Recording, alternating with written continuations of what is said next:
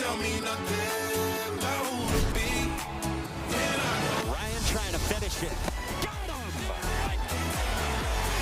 A no-hitter for Curacao. Strike three called. Nicaragua wins in comeback fashion. That ball is mashed. A three-run ding-dong. And a girl, Carson Meyer delivers. The girls got game.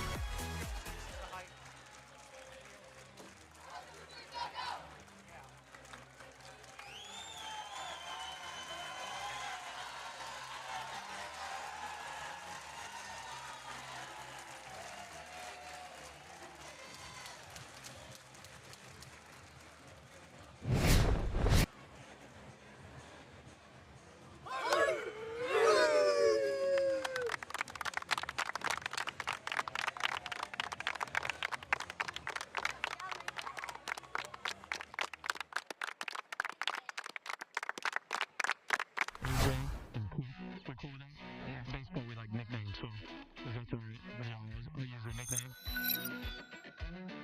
How about the confidence you guys have to know that you can start the game, he can finish it, you can start the game, he can finish it.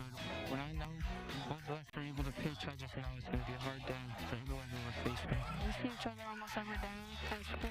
The bond with each other is amazing, and just for how long we've known each other, we just know that we got each other's backs. What's it like to watch him hit, and how much fun is it to watch him hit? Seeing him is amazing. He's got a lot of juice, and just like we saw him last game, he can hit the ball forward. Mostly, every time he gets up, he's got a guy on base, and then just driving in 2 outs. Bases loaded, you're down by 3. Who should hit? He's got that. AJ, okay, good. Coop defers the AJ. That's good stuff.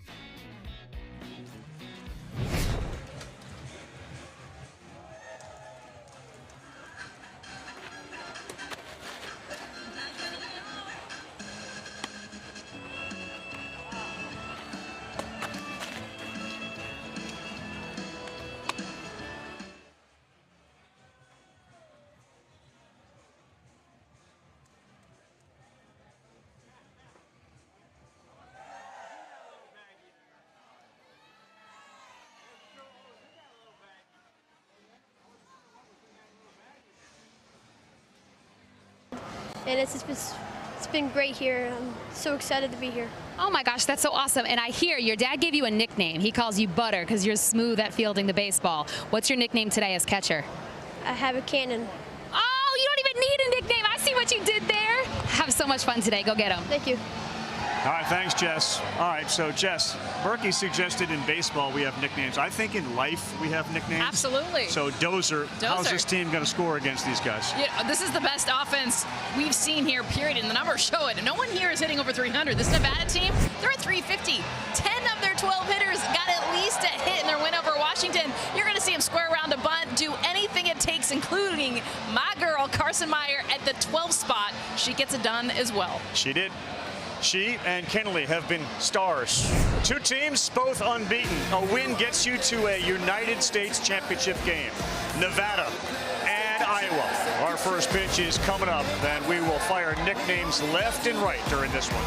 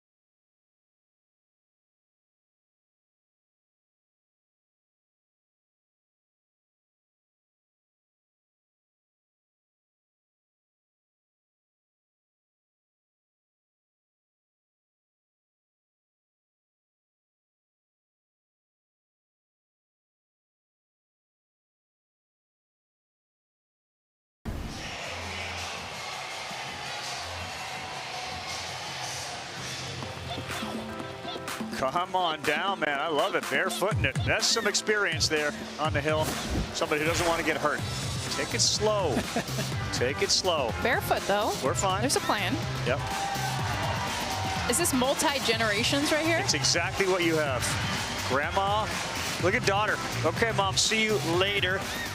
Welcome to the rest of your life. It's time now to meet the team that's going to bat first. My name is Michael Kleiner, and my favorite athlete is Christian McCaffrey. My name is Adrian Cruz, and my favorite food is steak. My name is Owen Guzman, and my favorite movies is The Minions. My name is Peyton Hinson, and my favorite team is the Philadelphia Phillies. My name is Brooks McFarlane, and my favorite food is fettuccine alfredo. My name is Hudson Cowley, and my favorite artist is Forrest Frank. My name is Theo Bingham, and my favorite player is Julio Rodriguez. My name is Logan Edwards, and my favorite band is Metallica. My name is James Esber. My favorite dessert is strawberry ice cream. My name is Michael Guerrero, and my favorite actor is Vin Diesel. My name is Jay Sport, and my favorite food is chicken nuggets. My name is Carson Meyer, and my favorite athlete is Kelsey Plum. My name is Max Bryan, and my favorite player is Yadier Molina. The Nevada is 2-0. Corey Edwards is their manager. Lynn Cowley and Bill Sen are their coaches. And it looks like Owen Guzman, or the Guzzler, is going to lead things off. And everybody's getting a nickname today. Well, the guy on the mound, doesn't need a nickname. How about just Tisson? Just his last name, and opponents are intimidated because he has that much star power. He has become a star over the last couple weeks. How about this, y'all? Last 15 innings, count the regional and Little League World Series. 15 innings, 42 strikeouts. Is that good? I hear that's strong. That's strong. So we've done math before. So 15 innings, 45 strikeouts would be, well, 3 an inning. So yes, he's at 42. 42. Okay, what happened to the other 3? Yeah, just slumped, lost focus. Owen looks just an Uncle Charlie to start us off. You're looking at one of the top 12-year-olds in the country in Tisson, and now we go fastball to get ahead 0-2. So Nevada's game plan, they know what they're up against, so they go all in on the fastball. They said he throws us a breaking ball and we look silly, we're fine with that, but we cranked up the velocity. We want to hit his fastball. 0-2, ground ball, second base, a non-strikeout out, but Crew, Neff, the Neffster right there for the first out. I think it's a small victory. Again, there's of the 45 possible outs that he's recorded in the last 15 innings, 42 Ks. So not a ton of balls put in play. That's at least a victory there, especially left on left, Jeff. That's the second ball put in play in Williamsport against Cooper Tisson. I mean, so maybe it's a big victory. Yeah. Maybe it's not a small victory. Here comes the Jimmer, James Esper, the first baseman, and that's down, ball 1. For Iowa, you know, the schedule plays out. The winner is going to play Saturday. He's pitching today. One thing to keep an eye on, his pitch count and the score on the scoreboard. If they can get him out before he throws more than 65 pitches, he would be in a perfect world eligible to pitch on Sunday in a World Championship game. 71-mile-an-hour fastball just misses, and it's 2 balls and a strike. Esper's got a couple of hit series, 2 for 4. In fact, everybody in the lineup, short of one player, has got a hit for Nevada. Oh, the fastball's just getting warm, Rav. It's sitting at 71 right now. We've seen him up to 75. So just, you know, saving some bullets for maybe the middle part of this ball game. Shakes, shakes, and now ready to bake. Oop. 3-2. This Nevada team not afraid to work counts. Very high quality at bat rate, very high pitch per plate appearance rate. Not afraid to get deep in the count. That's down. That's a rare, a rare gemstone there, a walk. So they've had a ball in play and a walk to get this game going. That brings up a guy that was a hero the other morning. On a Friday morning after the Thursday washout, he delivered the winning run. He's got his own nickname. He'll go Huddy Buddy. I feel like it's not hard to find the nicknames here. A lot of them already have them. They've had them since they were 7, 8 years old. They still own them at 12 years old. They don't care. No. Own it.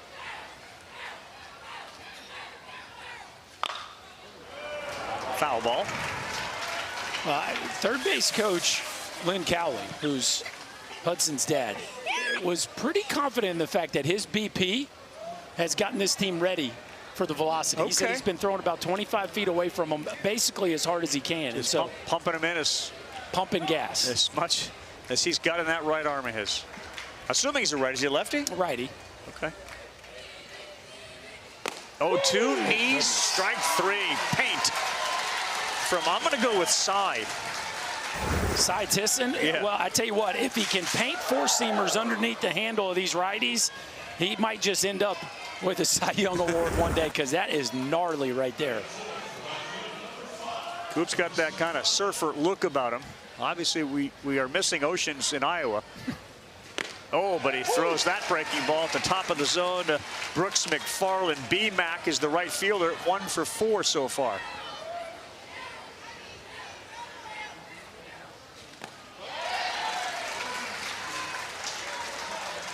What do you got for us? Berkey, a man after your own heart. Yeah. You were brushing teeth pregame. Never a bad time. He's doing it now. Yeah, he never has an empty hand. That ball gets by his catcher, which is a rare one for Kane. So down in the scoring position now. Maybe a little bingo here for a BMAC, and it could be 1-0 in favor of Nevada.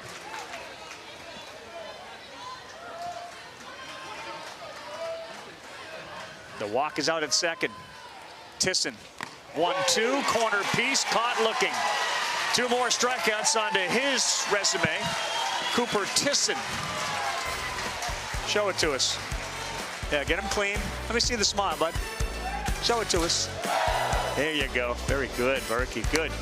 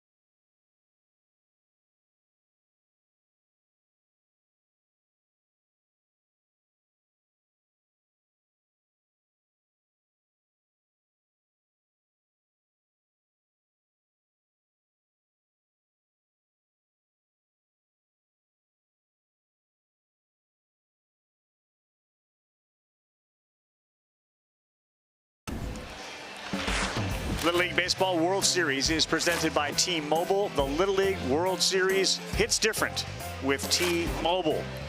Davenport Northwest Little League, 3rd Little League Baseball World Series appearance, first since going back-to-back in 04 and 05. That's what happens after you have a big night celebrating your birthday. It's not easy for dugout. It is not easy. Let's meet the kids from Iowa. My name is Jackson Rasso. My favorite dessert is pumpkin pie. My name is Logan Santos, and my favorite athlete is Saquon Barkley. My name is Lysinius Broyles, and my favorite player is Mookie Betts. My name is Tate Devaney, and my favorite artist is Eminem. My name is Corinne F., and my favorite food is chicken wings. My name is Paxton Smith, and my favorite team is the St. Louis Cardinals. My name is Kanan Kane, and my favorite dessert is Oreo ice cream. My name is Liam Rasso, and my favorite actor is Adam Sandler. My name is Xavier Lutke, and my favorite player is Peter Armstrong. My name is Cooper Tisson, and my favorite athlete is Stephen Curry. My name is Caleb Irwin, and my favorite team is the Arizona Diamondbacks. My name is Anthony Johnson Jr., and my favorite artist is Drake. There is the offense, and this is a team that, in spite of these great pitchers, they struggled in the regional championship game. Even though Tisson struck out 13-20, Wisconsin gave them everything they could handle and had to come back in that game to get the victory. Meantime, on the mound is going to be the 12-year-old Maddox Bryan. He is 5'10", goes to the school at the Delta Academy. Some call him Mad Dog. You okay with that nickname? I'm good with all the nicknames. You can't really go too wrong at 12 years old. Hasn't pitched here, but in the Mountain Region, you see the numbers. Struck out a third of the batters he's faced. They're looking to get through a bunch of innings against the tough. It'll start right here, too. Top of the order, Cooper Tisson. Yep, he's got a home run to his credit here. That's a little bit high. He looks down to his manager down there at third. Also got a double, and as Berkey said in the top, he's got 3 walks. He's been up 5 times. That one was close, but it's 2 balls and no strikes. Careful here. Careful here. He can launch one on you in a heartbeat if you make a mistake. Set up high and away. That's exactly where it went. Too far away. 3 balls, no strikes. And Anthony Johnson Jr. is on deck for Tisson. The 1 through 4 hitters in this lineup are 8 for 15. That's a .533 batting average. And a leadoff 4-pitch walk. 6 plate appearances, still hadn't recorded an out, Rav. If you like touching first base when you're at the plate, that's a win. And now you got to deal with this dude with a runner on, and that formula has proven to be a winning formula for this Iowa club. For sure. He's got 4 runs batted in. And that one looked a little better, and it's in there for a strike. Anthony Johnson Jr., the first baseman, 2 for 4. Get a little Ryan Howard. We're going to go Rhino on the nickname for him because he can go deep. That's outside 1-1. They call him the Hammer, which is a pretty good nickname in and of itself. Taken, but a great nickname. By a legend, a Hall of Famer. Fair. So that's fair. Got to defer. Outfield is very deep, not surprising. Yeah, right at the knees. Good pitch there from Maddox Bryant. You see the plan here early. A lot of soft stuff to get it started, and then trying to keep that fastball down and away from these power lefties. Pitcher does jiu-jitsu tournaments. A little self-defense. You kind of need it against these two guys. That's up there, and he strikes him out. Up and down we go, and Maddox Bryant picks up the punch out of Anthony Johnson Jr. What's the jiu-jitsu move for this? I mean, you got the arm bar, you got all the different moves, and I'll tell you what, to be able to get this batter, elevate the fastball, get him upstairs for the swing and miss, and strike 3. Here comes the weapon, Cannon Kane. He's the catcher, 1 for 5. Slow one on the ground to second. That's Cruz who'll flip. They'll get 1 out. Tisson is off the bases. Maddox Bryant has navigated, as we talked about, the top 3 in this order with just 2 outs and a runner at first. So far, so good. The big gap between the top 4 hitters in this Iowa lineup and the next 8 hitters. And so when you think about the fact he's got a chance to post a 0 after facing the most talented piece of this lineup, that is a big deal for this Nevada club. And 90% of their runs have been scored for the first 2 hitters. I mean, that's very top-heavy for an offense. Here is Caleb Irwin, big kid, 5'8", 128. And generally, you want to go real deep in this tournament and play for championships. It can't just be 2 players. And maybe that's Nevada's strength, is they've gotten production from nearly everybody.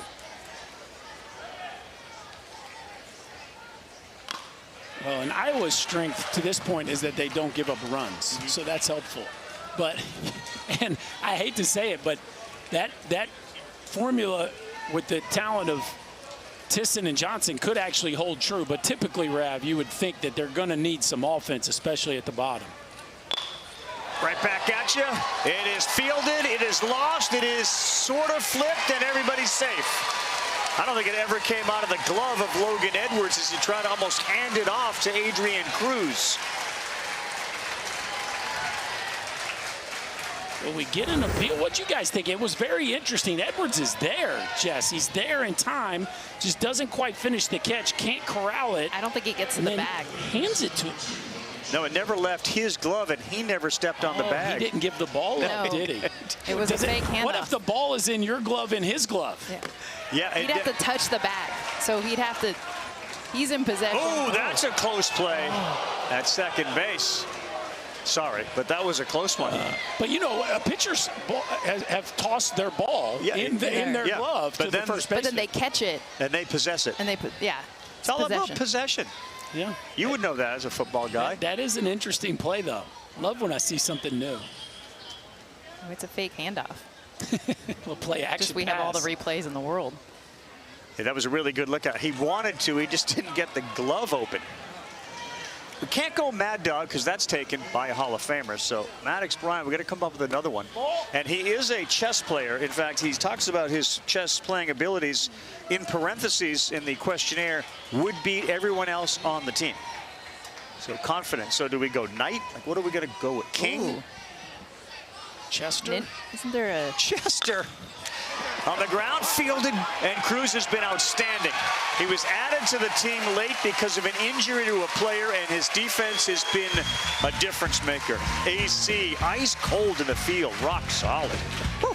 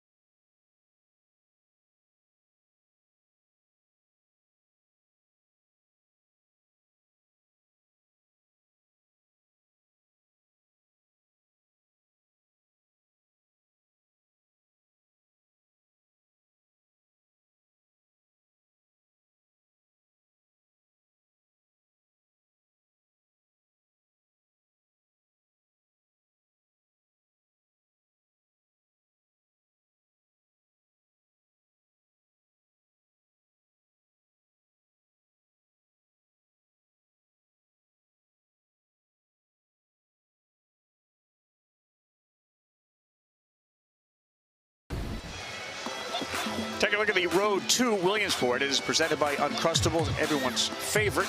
And so is the Friday versus Ohio game was really, really close. And because it was on in the morning after Thursday's washout, not everybody got a chance to see it. The Mad Dog on the mound, who were Colin King, went 2 for 2 with 2 RBIs. BMAC had a phenomenal game Sunday. 5 innings, no runs, 5 Ks. And you see, they got a lot of production from the 6 through 12 hitters. This tournament starts with 20 teams. We're down to 4 on the United States side. Nicaragua did score a couple of runs, so Curaçao's not checking out of the hotel early as that game continues. Tisson struck out 2 in the first inning. He'll get Ward, Edwards, and Kleiner. And he has yet to land the breaking pitch. That one sailed high and away. What is that, 5 of 5, Berkey? 5 of 5. First pitch breaking ball. Remember, Nevada's plan is sell out on fastball. If that breaking ball is a strike, tip your hat, but they ramped up the velocity. They're hoping to put the ball in play. The left fielder's 1 for 5. And that is just cheese right down the middle to the Warden. Jace Ward will play left field today. And again, you got to be ready on your toes out in the field, Brooke. You played behind some good pitchers, and that one sails high and out of the building almost. Yeah, you do. And I thought, in a weird way, I think it was good that Owen Guzman hit a ground ball to start the ball game, just to get the defense in it a little bit, keep guys anticipating the ball being hit, because you can be lulled to sleep with a guy like this. Tipped into the mitt. That's another strikeout. And his buddy Cannon Kane there with that mitt help. That's number 3 as Ward is gone on a fastball. Just a good old-fashioned four-seamer right there. You see, that's a great look at how quickly the ball is arriving to home plate. Especially when it's middle. I mean, that was right there. Strike 1, Logan Edwards next up.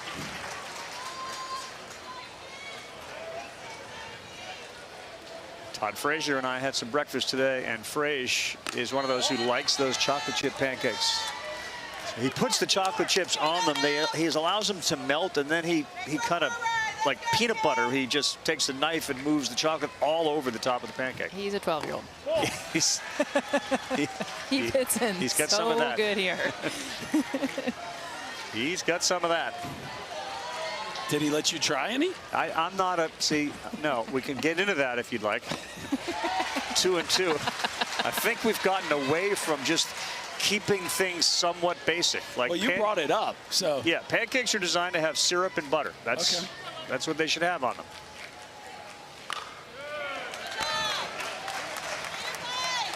Hang in there. We continue to see these Nevada hitters just do whatever it takes to hang around. Now, can they pay some of these deep counts off? That's going to be a big part of the storyline here. Get deep into the at-bat and then figure out a way on.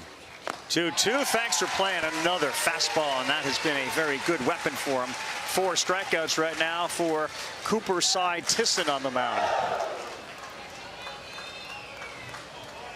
Berkey, what do you think? Teeth look very clean. She's showing you. Good hygiene. Really nice. She's a Bama girl. We've seen lots of girls go all in. Oh, she's Russian. That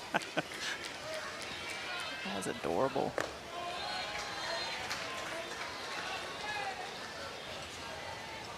Mickey Kleiner is the center fielder. He's got a couple of hits. Out of the 7 spots, squares. Boy, a good frame job by Cannon Kane against the Mixter, the center fielder. 5'1", 80.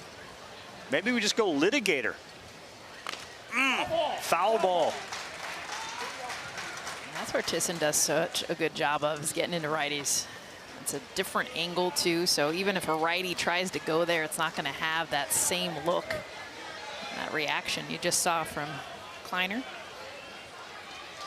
1-2, looking to make it 5 of his first 6 with strikeouts, and there it is. He strikes out the side here in the second. Ward, Edwards, and Kleiner. Give it up. I love where we're at. Yeah, those things are, you're perfect, actually. Speaking of perfect. Yeah, Cooper Tisson's pretty good now. The ability to jam that heater in there, he is a problem.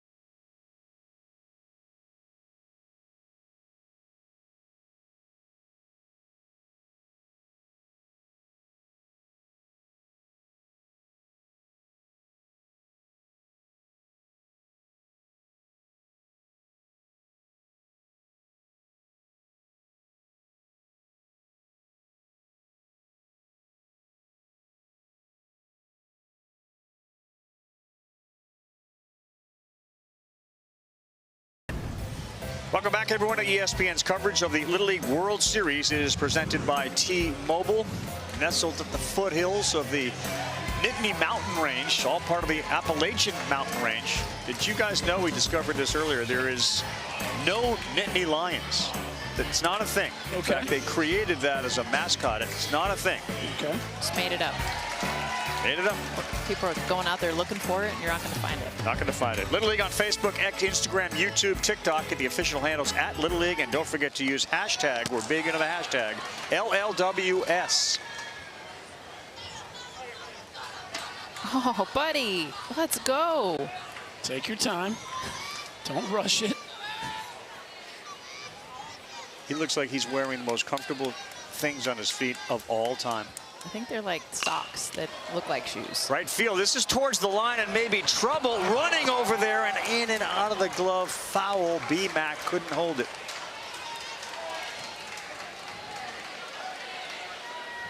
I mean, that's like pillows on your feet. It's the shades for me. Maybe Berkey, you think all of it. Golf shoes, maybe? Yeah. Huh? KP would play in those. Oh, yeah, he would. Or flips. He does that, too. KP was on the text chain earlier today. Checking in with everybody. Don't go there, Ref. Loves the Little League, but he loves the Little League World Series. No, he definitely does that.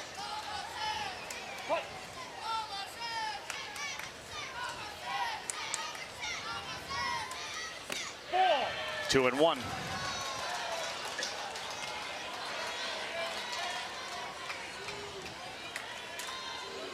We're going to maybe dip into the bullpen. Looks like Peyton Hinson is getting a little loose out there. You could see this team, given where they're at and who they're facing, maybe mix their pitchers up, save them if things don't go their way today, because they're going to have to come right back tomorrow. And if they win tomorrow, then they go again Saturday. So there may be some thinking to making sure we have a lot of our arms available. 3-2. Yeah, we might get Johnny Holstaff today.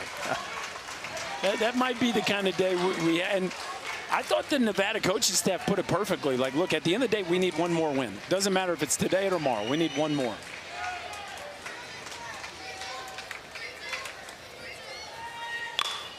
Another one, slow roller, and on cruise control, our guy Adrian, man, he's a Gold Glover out there. You gotta remember too, he's 11 years old. He was on the 11U All-Star team. They lost Theo Bingham. They had the decision, which a lot of teams might have chosen. Go 11. You get faster through the batting order, back up to the top. They said, no, we want a defense. And this kid right here at 11 years old, he is that, and he has shown it already here in Williamsport. Yeah, the trust to not only take him on the team, but then throw him out there in the middle infield. Awfully impressive. He's proven them smart.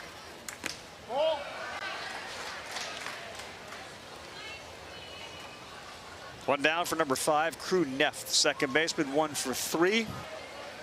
LT, little tank, looking to play a little small ball, pulls it back, watch it.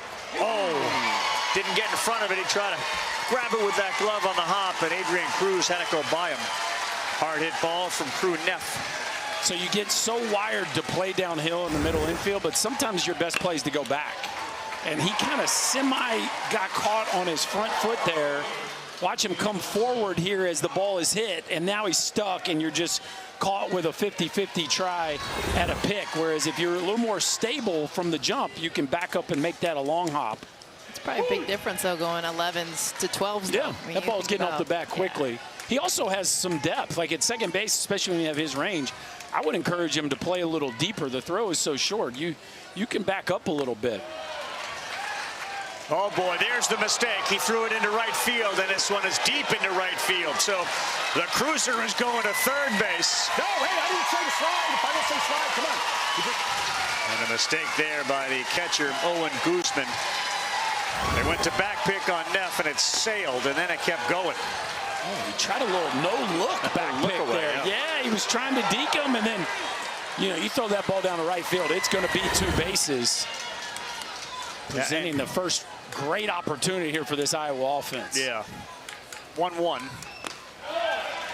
2-1. And unfortunately, 1 may be enough with Tisson on the mound. So now you got to really be careful about a pass ball or anything like that in the dirt. They know that, so they bring the infield in with just 1 out. One of the two Rasso brothers fouls it off. Love this, though. Play the infield in. Like, we've seen some teams here a little slow to do that. Yep. One run is gigantic in this ball game, and they are managing it accordingly. Well done.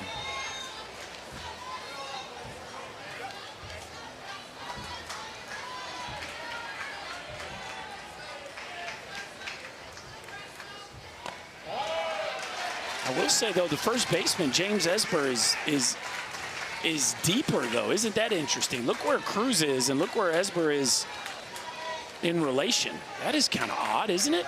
Is Jimmy going to charge late? No, he stays right there. That ball is out of play. I mean, the rule is if you're in, range is not a factor. The point is to throw the runner out at home. So each infielder can gauge that relative to their arm strength and how close they feel like they need to play. But that feels like a one-hopper. The runner probably still scores. 3-2. Another one out of play. I would agree with you. And again, there's clearly an awareness. All right, we're multitasking. Okay. I'm hoping he's already warm. That is part of the routine. It's a way to get that wrist warm. Forearm. Forearm. Another 3-2 to Rasso, and he hits one. That's deep. Right field caught. Oh, and off third base was Neff. He didn't stay on the base. He couldn't tag. And our manager is losing his mind out there. That's a run all the way, Berkey. He tags on this, and no matter what, it gets over his head, he scores. So the read on this is he's off the bag. You see him halfway down, and that's the key. He's got to be back, and he comes walking in to score if he stayed on third base. Well, that could just be a critical error in this ball game. In Little League, it's the easiest level to tag up on those plays because you start on the base, right? So any ball in the air, you're already where you need to be. You don't have to retreat. Well, that one could really come back and bite them. Yeah, both teams have hurt themselves a little bit here, and there's a swing and a miss from Paxton Smith. And credit to BMAC in right field. That was a great catch, a line shot right at you. You don't see a lot of Little League outfielders know how to play that. He did that perfectly. So in on the corners here, and a lot of dancing over there at third base by Hudson Cowley. Off the bat, I thought it was over his head. It's a drop step. Instead of backpedaling, drop that step back. He made 6 steps to be able to go back and catch it. Yeah, no, that ball jumped off the bat. It looked like it was extra bases, yeah. and maybe a big rally was on our hands. But you're right, Jess. That was a fantastic play by Brooks McFarland.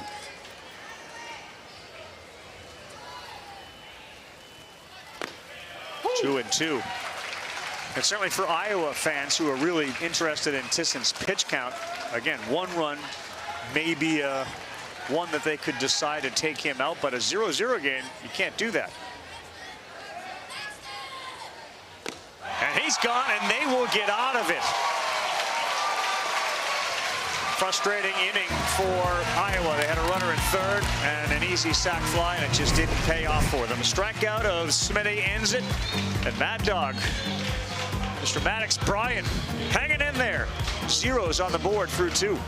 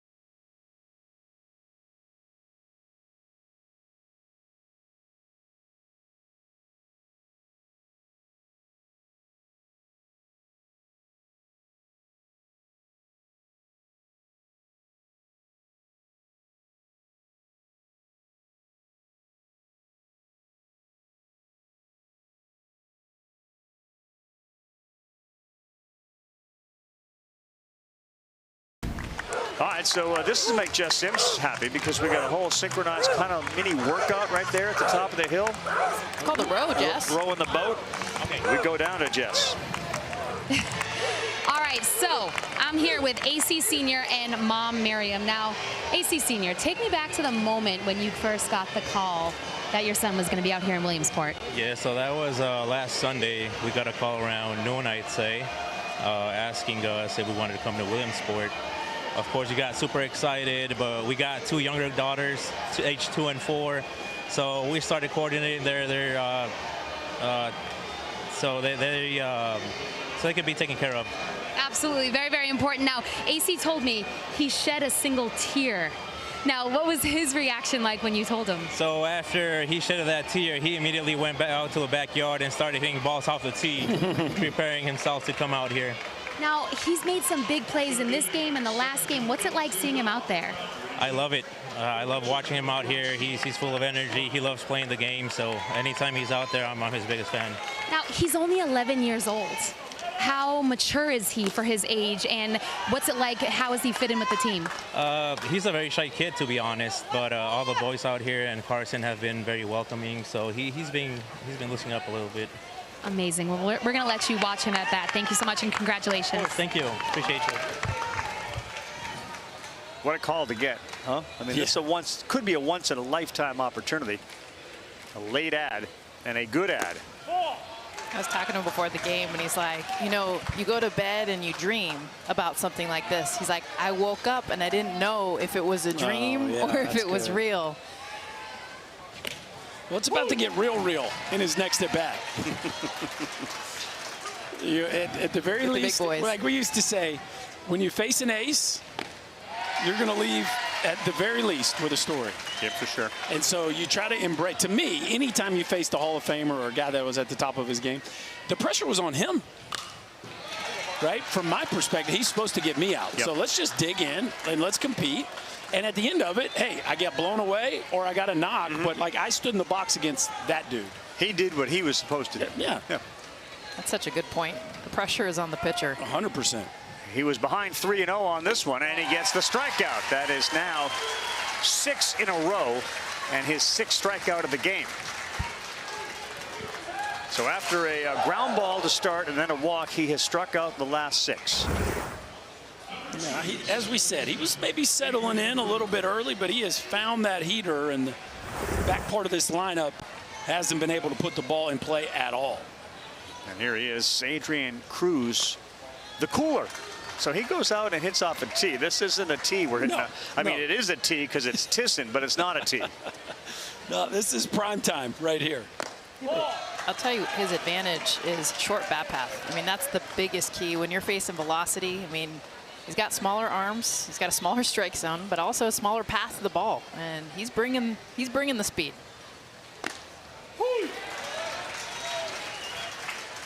We got him cornered right here. Go ahead and let it rip. You never know.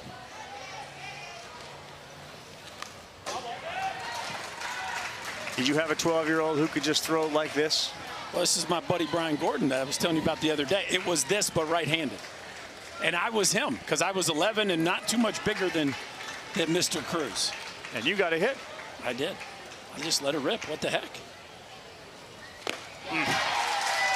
7 consecutive strikeouts, 7 strikeouts in the game.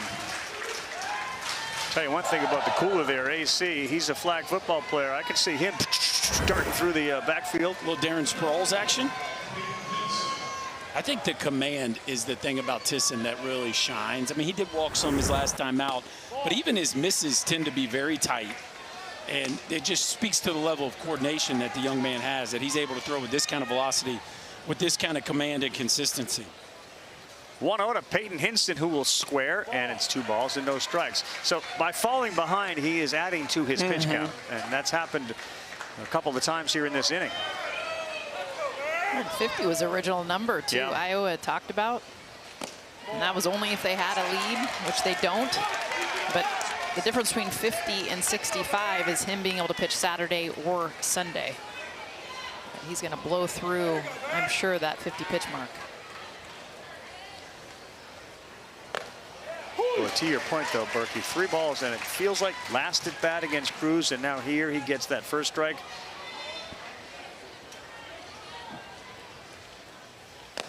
No, that's down. That's his second walk today, and that took a handful of pitches. So again, Sunday's the World Championship, and this is assuming that they win and get there. He's got to be taken out between pitch 51 and his last at 65. Saturday, he's already there, 36, 250. So we'll see what they decide to do. But he's going to go to 50 right here during this plate appearance. Well, the hope is, can he get him 4 zeros and he leads with a lead, leaves with a lead. Now they just missed their chance to have the lead, which is not a small detail in where we're at in this game, because it makes it a little harder to pull him if you don't have a lead. But I think you're playing to win the whole thing. You have to take him out once he gets to that 65 threshold. Absolutely. 0-2 to Michael Guerrero. And Kane kind of mad at himself. It's so hard for these young catchers to stick those pitches at the bottom of the zone. That thing's coming in there equivalent of 92 miles an hour, and just hard to stick it. Threw the bat at that and fouled it out of play. It's been a handful of foul balls against him. This might be the last inning we'll see Cam and Kane catching, because if Cooper Tisson comes out of this game, Kane cannot catch in the 4th inning. Thought about it? We'll check. No. If they want him to pitch. If they want him to pitch, which they said he'd be the guy to come in. Anthony Johnson, who's their number 2, can't pitch until Friday.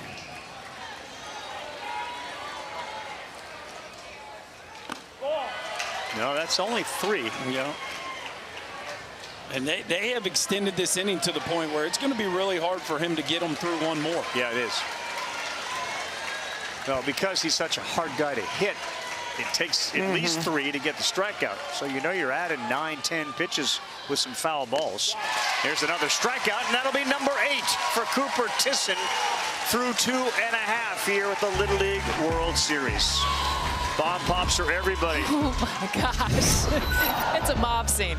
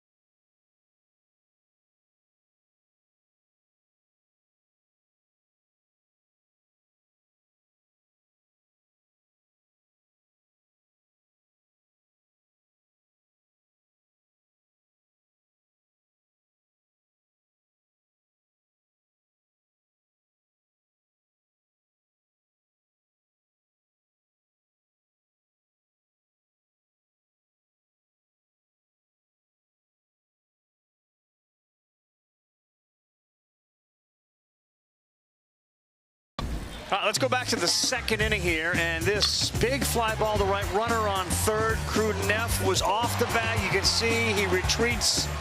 We got some angst and anxiety, and then he's unable to get the run in as the strikeout happened. So, frustrating inning for Iowa, who was looking to grab a 1-0 lead. Both these teams in great shape. So Cannon Kane has the catcher's gear off, and he is getting loose as the wheels are turning here. 55 pitches have been thrown, which means that if they win, Tisson would be available on Saturday. But you got to win one of the next 2 games.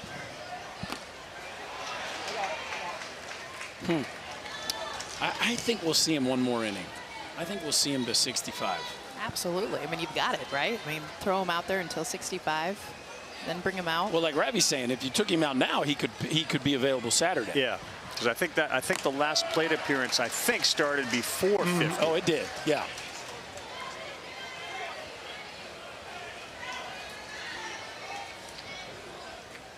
Can anyone else catch him? Because Cannon Kane is the one.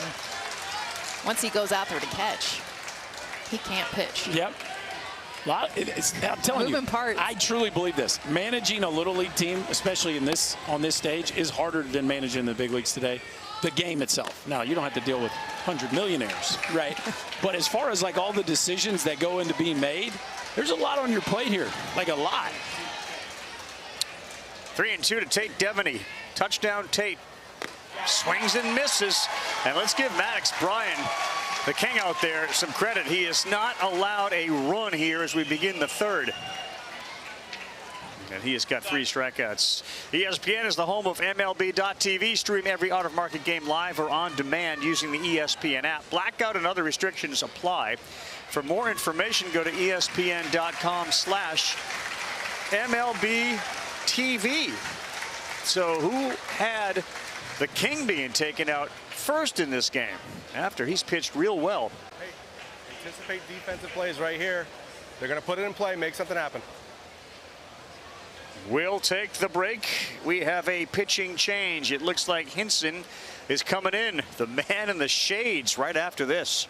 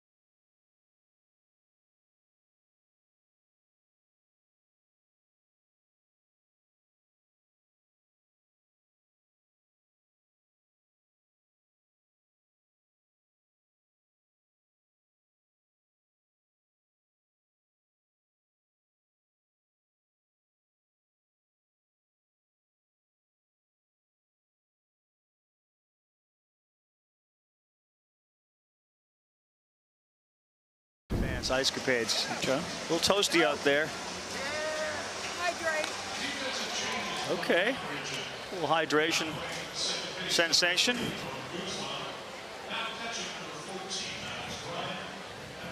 Here's our guy, Hinson. Looks pretty good out there. Berkey, we all talked about this. This has become a very interesting game, the way these two teams are going to go about it. Yeah, again, both teams just one win away from advancing to the American Championship, so they don't necessarily need it today. They want to keep arms fresh for potential tomorrow and clearly for this weekend. So a lot on these managers' plate. Peyton Hinson has pitched in this deal, 2 2/3 against the Ohio club, 3 hits, 1 walk, 3 Ks, 3 earned runs. So he's been out here before, and they're going to give him a chance to try to keep this game here locked up at zeros.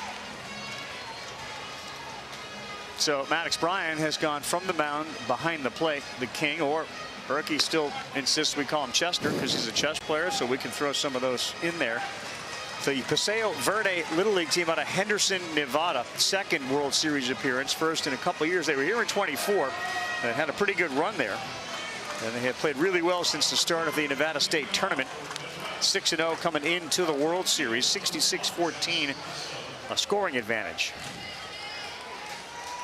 And now Jackson Rasso, who is just a hair younger than his brother, looks at one up, 1-0. We're at the 11th spot in the batting order of 12 with 1 out.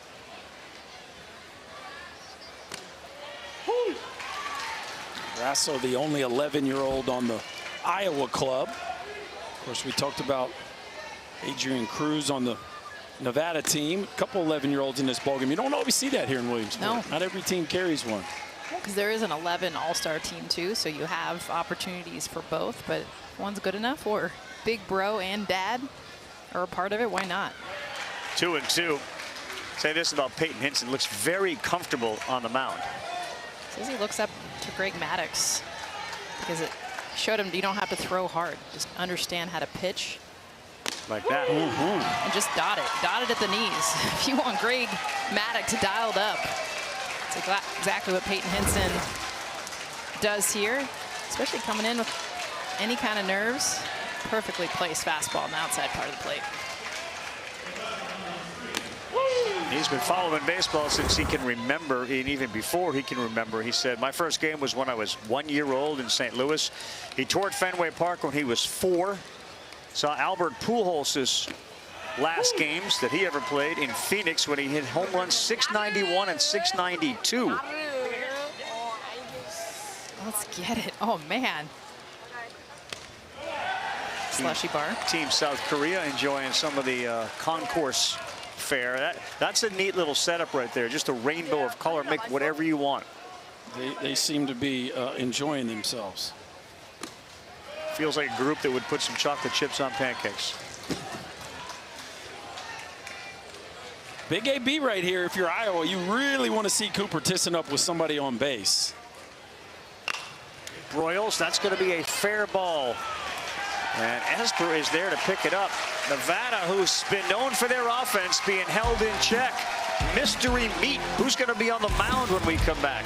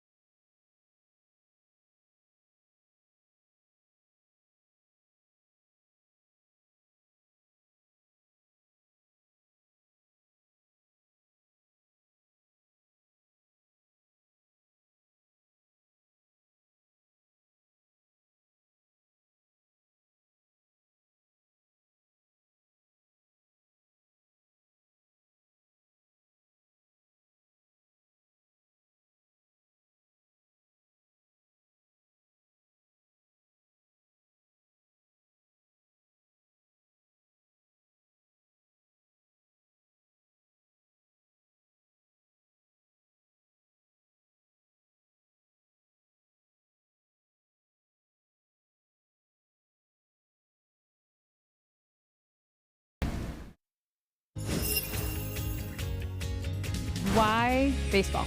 It runs in my family's genes, and I've like always loved playing it with the boys. Well, I would always play with the younger siblings, and they're all boys, so I just got used to playing with all boys. What do you love about hitting? You only get 2 at-bats during a game. You gotta make them count. Every time like we're in like a tough situation, runners on second and third, and we're down by 1, I always just want to be the one up. A young girl wants to be where you're at right now. What would you tell her? Whatever you want to do, go for it. Give your best shot, and the worst that's going to happen is your team doesn't win. The best thing that's going to happen is you make it here and everyone loves you. Pretty historic what we're seeing. Both these girls doing their thing. Both have hits, RBIs. Of course, Kinley Rasmus breaking records. And Carson Miles hitting with her. Getting to see her swing, to me, it's a beautiful swing, but also her mentality. She's in the 12 spot, okay? So that's the bottom of the order. And she's like, I'm not here to hit home runs. I understand it's not about big swings. I want to put the ball in play and get to the top of the order. And to hear that from All-Stars, I mean, Berkey, you know this. Every girl, every boy is a star on their team. They get to this point, she understands her role, and she's done it beautifully all throughout the summer. She ran around chasing Chloe and Cade, her siblings, won 16. Cade is 15. And the brother's advice here was to make sure you have fun, relax, don't be nervous. It's just baseball, which is so much easier to say from the seats than when you're down on the field and playing. But what an opportunity, what an experience. Who knows where Cooper Tisson ends up in his baseball journey, and to say you faced him at any point, but at the Little League World Series is a great story. And she doesn't play softball. She is all in on baseball, loves playing with the boys. 1-2. So the answer to the question, obviously, is yes, Tisson's on the mound, and yes, Cannon Kane is not behind the plate. It's now Liam Rasso. Kane is out at second base. And the next number you'd focus on is going to be 65. In the world of Little League, and his ability to come back, but sailed one wide, so that's another pitch that's clicked off. And he feels that this kid's self-awareness is off the charts. Like, he knows exactly what his pitch count is. He knows the goals to get through this inning. And so it's funny. It's really him versus him here because the stuff's so good. It's just hard to put it in play. Another strikeout, and there is strikeout number 9.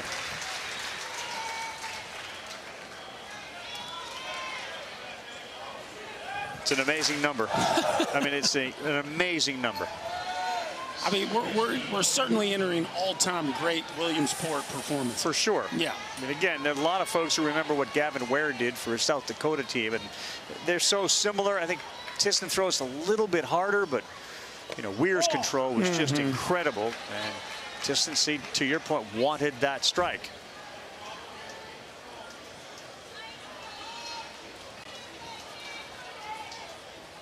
Remember, Owen Guzman put the ball in play.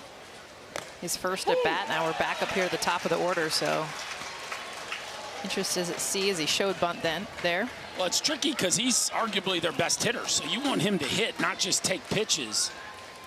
Yeah, he needs 2 strikes here, and he can face the next hitter. This is the leadoff hitter, and that's pitch 63. This is it. In the world of Little League, this is probably his last batter, unless he got that call, and he didn't.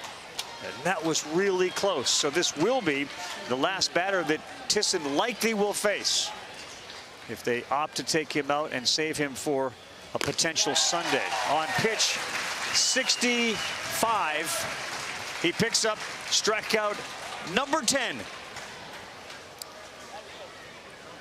Mason. This isn't that fascinating one because they're thinking about the long game here. You guys, what would you do? I'd get him out of there.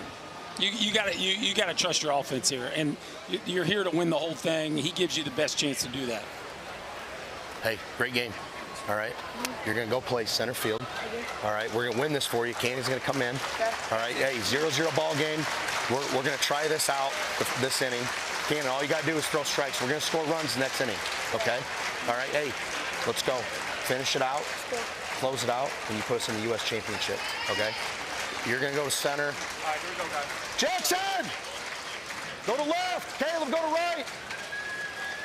So in their ideal world, Kane gets a run.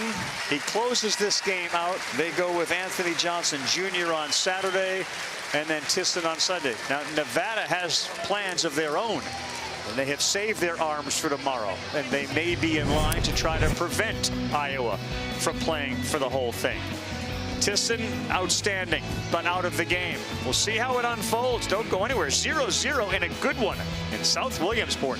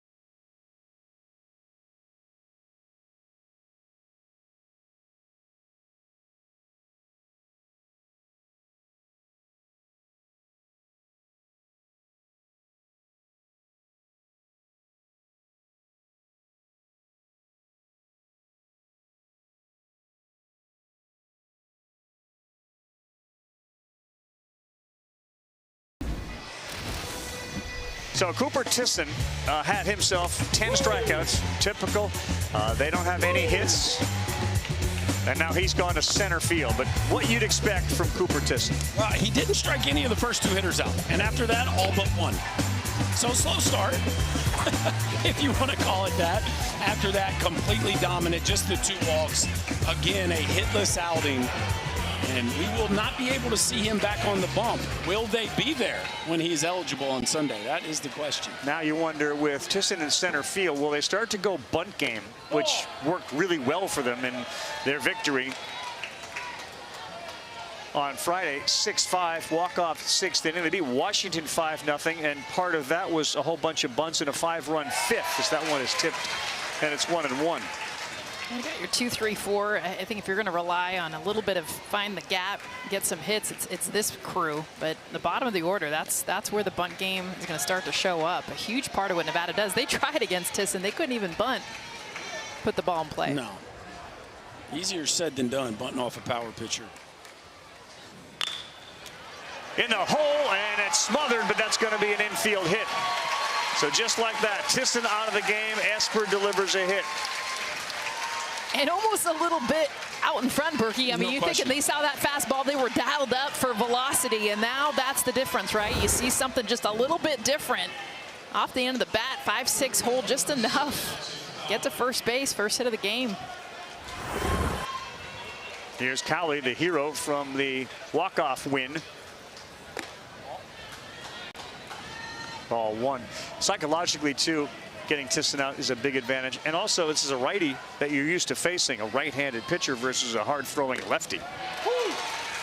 You just don't see a ton of hard-throwing lefties at this. No, this is way more comfortable. And that's no knock on Kane and Kane. It's just they have way more experience versus an arm like this. And Iowa has 2. Watch it. Oh, he drilled him in the back.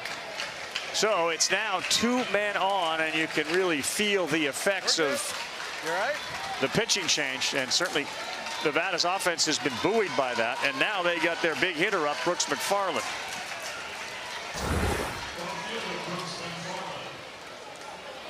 Clipped his right elbow.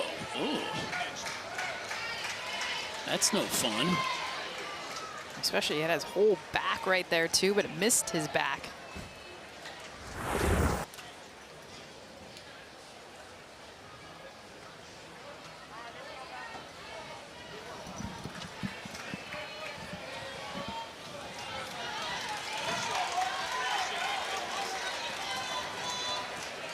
Yeah, it's time to take a deep breath. That's it. First pitch, fastball down the middle. You know, the other position that Tisson could play, and he didn't go a complete 4 innings. He was 3 2/3. He could be behind the plate. They could have opted to have him catch, which we saw him do with Anthony Johnson. But he's out there in center field, and they were concerned taking Kane out as a catcher. You wonder if there was some consideration to having him catch. Well, the positional flexibility makes him so valuable, but in a way it also makes managing it harder because you kind of want him everywhere. Typically your center fielder, you wouldn't even think about putting behind the plate, but he can do it all. 2-1. That ball is toasted to left field, and it is off the glove of Rasso out there. Tisson has it, fires it back in, play it home, no good. And Brooks McFarland gives Nevada a 2-0 lead.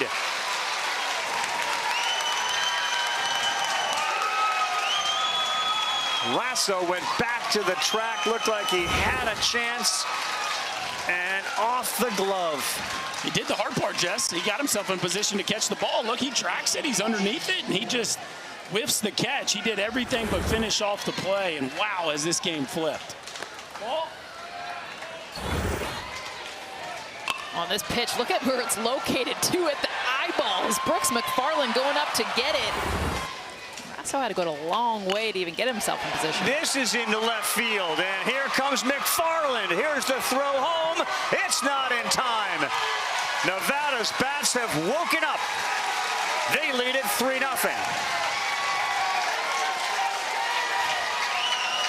RBI for Jace Ward. 2 hard hit balls.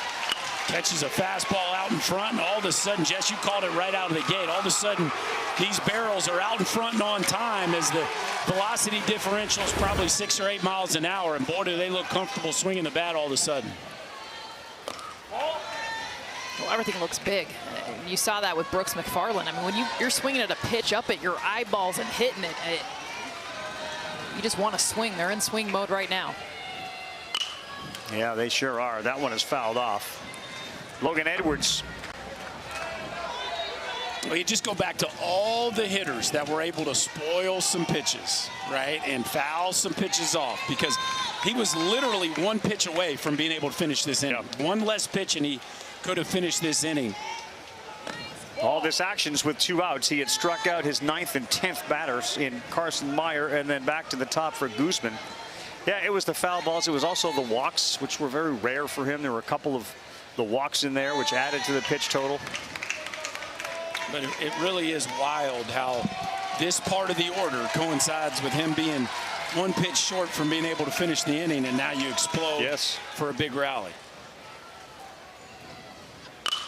And that ball is ripped into right field. Fielded out there by Irwin. Hard to third base and in safely. And now down to second base goes Edwards. Man, they are absolutely mashing potatoes right now. I like this swing, too, because we talked about getting ahead of the fastball, pulling the left field. This is a beautiful job of poking it to right field, up and away, get the fastball. And again, that top hand just staying even with this fastball that's been elevated. Watch it. That one's thrown to the backstop. And here's a play at the plate to throw in. And the glove and the foot were on the bag at the same time. Ward is safe. Make it 4-0 in favor of Paso Verde Little League. Well, in this game, let's not forget, Anthony Johnson is not eligible to pitch tomorrow. Nope. So this game meant a lot more to Iowa than it did to Nevada. And now down 4 runs, they've put themselves where their offense is really going to have to explode, or they're going to find themselves in a tough spot tomorrow. Time called very late. And it is the manager for Iowa coming out for a conversation. Hey, just relax, right? This is gonna be your last batter, right? Let's go get them, and then we'll make some moves here. But we can still get runs and win this game. But just in case, we're gonna hold you until tomorrow, okay? Go get this one right here, though, right? Focus on this. Get our 3rd out. We'll get some runs. Hey, we're gonna get runs. We're gonna get runs. Well, the best laid plans, and that's the beauty of this sport, just at any level, baseball. You can think you kind of have an idea of what you'd like to see happen, maybe even think it might happen, and then it just goes haywire and the plan blows up on you. And it's 2-0. You mentioned that Anthony Johnson Jr. is not going to be available. The losing team plays tomorrow, and again, those games have been rescheduled for 9 a.m. Eastern time. We have some weather coming in that is going to wash out most of Thursday. Thursdays have not been good here the last 2 weeks. That's true. They've been wet. 9 a.m. and the U.S. game will re-air again at 7 p.m. at night. 2-2. Last batter, because he has gone over the 20 pitch count. If you throw 20 or more, but you end with the 20 plus, you're eligible to come back the next day on no rest. And he will do that with a strikeout. But boy, Nevada, if the waiting game was the game they were playing, it worked out beautifully. A big crooked number. Their first hits and runs come in the 4th.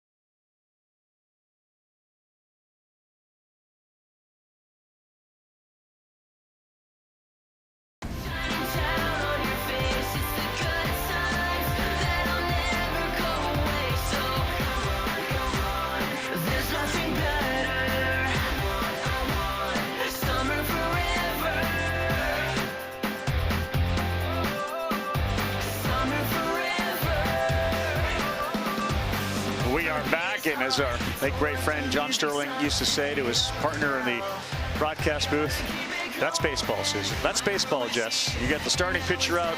And in the baseball world, it has changed so dramatically, Berkey. It used to be the race to the bullpen. No more is that the case. But in the little leagues, when you have your ace, you want to get into the bullpen usually. And that just showed what Nevada was able to accomplish soon as Cooper Tisson came out. Now, he is about to step to the plate, which is the good news for Iowa. The bad news is he cannot hit a 4-run home run. The good news is he's going to see a strike.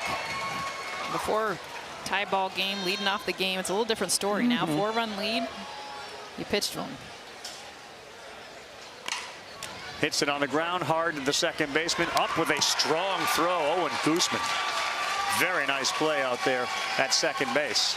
I like how he was playing out on the grass, too. We talked about this earlier in the game where Cruz was on the dirt. Guzman giving himself a chance there for some more range.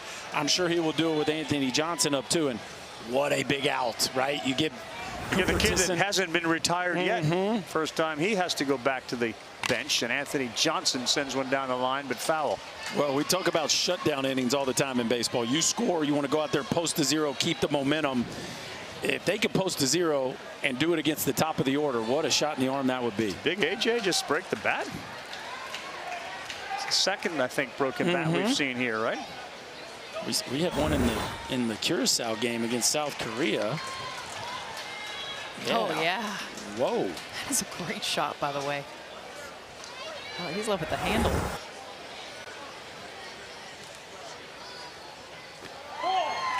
I got a call here with the bat waggle. See if you like this. Dimitri Young. Oh, yeah. He's from Camarillo. Is he? Yeah. The meat hook. That's what we used to call him. That's right. The meat hook. Another one out of play. Similar spot, but this time the bat stays intact. One of the great characters, too, which is a good guy. The meat hook, Dimitri Young. Could rake. Yeah, he's a hitter. Howard had a little bat waggle, too. Oh, that's a little bit high. Yeah, Howard a little more spread out. A little more upright with the bat. But who did he tell you was the guy he looks up to? He likes PCA the best as far as modern players. Pete Crow Armstrong, the Cubs. Watch it. Which they're like identical, really.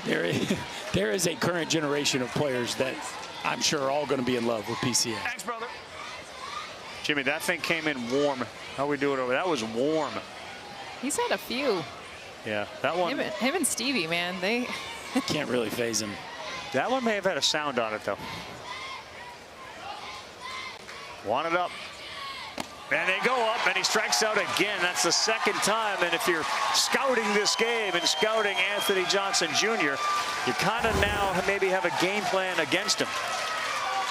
A four-seamer up around his shoulders. Looks so tempting, but tough to get the barrel to it. And how about Peyton Henson coming into this ball Looks game? really good. He has been nails. He had eye surgery to start the season, too. Missed a few weeks, got him back earlier. That's why you see the shades that he's sporting.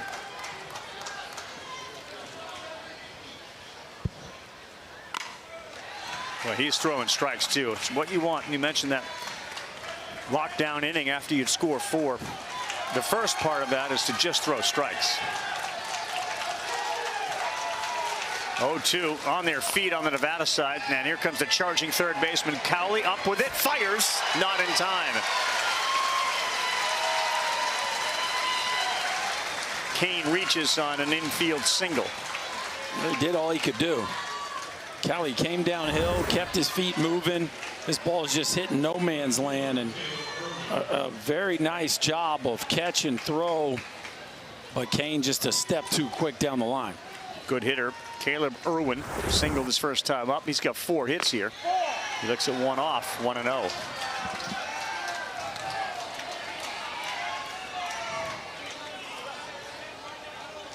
Basketball player would most like to meet Caitlin Clark. Now that's cool. You know, coming from Iowa and just her roots and how it spreads. Doesn't matter the gender. Athlete, recognizing athlete. I had the pleasure of covering this team in the regional. Caleb Irwin can swing the bat now. We got some Caitlin Clark fans in the house. They're everywhere. She's kind of a big deal.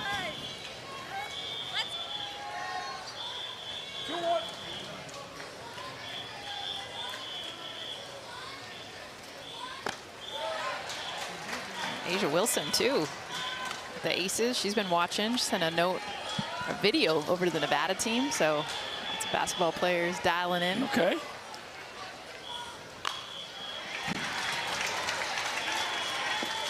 Three and two. The Vandy Whistler. Tim Corbin was here speaking to the coaches before this event started. And all the coaches were incredibly grateful that Coach Corbin of Vanderbilt University stopped by. And that's going to get to the screen as well. But he may have left his whistling buddy behind. Yeah, maybe he brought him and the Whistler stayed for a couple weeks. That one sounds manufactured whistle, though. That doesn't feel all natural. Yeah, I'm with you. 7 foul balls this inning. Here comes Caleb Irwin on a 3-2. And we got 8. How about that, though? Trying to elevate. We saw the strikeout to Anthony Johnson Jr. on that pitch. That was a heck of a top hand. Fouling off. Here comes the 9th pitch of this at bat. Just looking for something in that zone. On the ground, a first tough hop fielded by Jimmy Esper. The Jimmer over there at first base. Watch that ball into the leather. Stepped on the bag, keeps it a donut up there. 4-0. They're not just here for their bats. They can play some defense, too. Finished off the inning. Out number 3. Get it, Jimmy.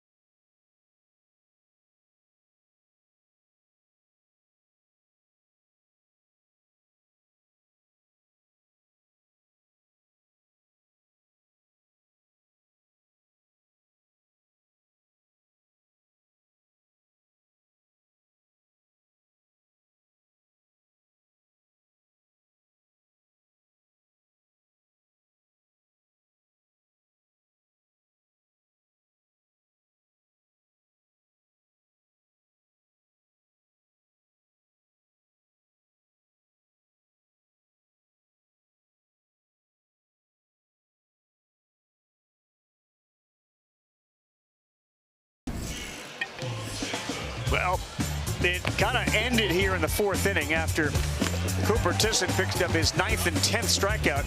Then they took him out of the game, and it was a new world for Nevada. 4 hits, 4 runs, 5 consecutive batters. They said, heck yeah, get this ace out of here. And the Barrels came to life. This is Nevada team. No team here is hitting over 300. They were a 350 team coming to this one, and now you see why. Yeah, I mean, their bats really, Berkey, that baseball got a lot slower and also seemed to get a lot bigger for them. Yeah, I mean, this just hit it in the open. This was the team that had the highest batting average coming in. Cooper Tisson obviously had no issues, but the second the scenario changed, the offense flexed its muscle, and it's the game plan for this Nevada team the whole time. Not a ton of extra base hits, but line drives all over the field. This is a pretty interesting stat as Logan Chantos goes to the mound. They had more hits and they've scored more runs with 2 outs. Logan 1-1. Maddox Bryan, Adrian Cruz, and Peyton Hinson scheduled to bat for Nevada. 4th time in 5 appearances they have made it at least to the U.S. semifinal game. They did it in 14, 24, 25, and now. They came into the game 7 for 17 with 2 outs. That's a .412 average. And they continue to do it with 2 outs.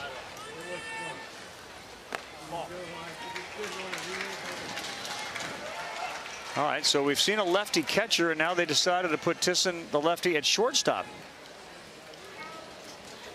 which speaks to just his athletic ability. But a leadoff walk there for Bryan. We're in the 5th inning. Neither team will be eliminated with a loss. He creeps in a lot hard. But the loser will be short on sleep, assuming they get to bed at a reasonable hour. We have a game at 9 a.m. tomorrow morning due to weather that's expected in the South and Williamsport areas.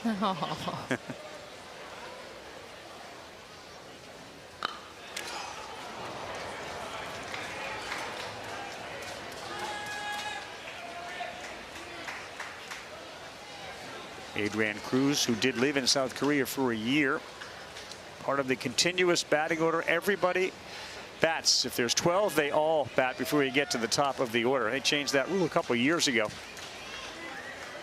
Used to be inning in the field, 2 plate appearances.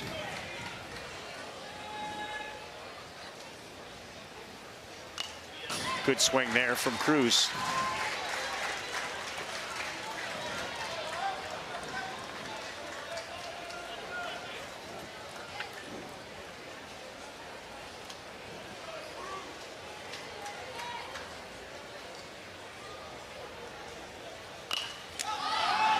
Popped up. Here comes our catcher. Yes, nice play. Burnett was there to make it. You want your child to experience the teamwork and fun of Little League baseball or softball? Play littleleague.org and enter your address to find a Little League community program near you. That's playlittleleague.org. Little Leaguers, Little Leaguer wannabes, fans of these teams all over the place, and you get a chance to go into the stores and buy whatever you want. Double bow? Yeah, double bow. Hello. Fear the bows. Well, she's got bows on her shirt, too. Okay. This whole county is selling out of anything bow related. Jess Sims was rocking the bow today. Robbie was wearing the bow last night. Little bow tie last night. This one is to the first baseman. It's a bad hop, but he stays with it, and he steps on the bag. Anthony Johnson there at 2 down.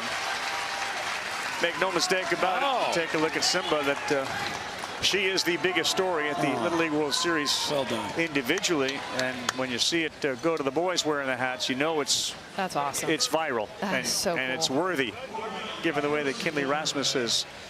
That's some good mom work, too, by the way, to get the bow on the back of the hat, bow pins. A bow and a mullet always works. Love the bow. I mean, fear the bow, yeah, sure, if you're the opponent, but... Hard one. That one is into right center field, and they are going to get another run as Hinson delivers. Guerrero, I should say, delivers the run.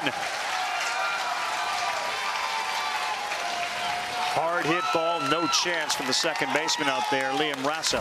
What do we talk about with this Nevada team, too? It's 1 through 12, and you just don't hear that a lot. Usually it's top heavy, first 4 or 5 batters. This is your 11-hole hitter. Michael Guerrero getting it done, another run in for Nevada. I think it just shows how special Tisson is, because this is a team that clearly can hit.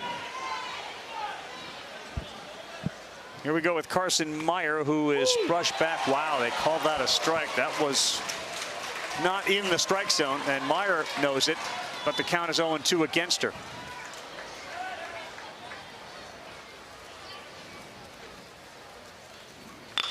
And she hits one on the ground. Tisson's the wrong guy to hit it to, and he throws a fastball over there. Bat-to-ball skills still really good for Meyer, but she is thrown out. We're going bottom 5. It's 5-0, and that person doesn't care.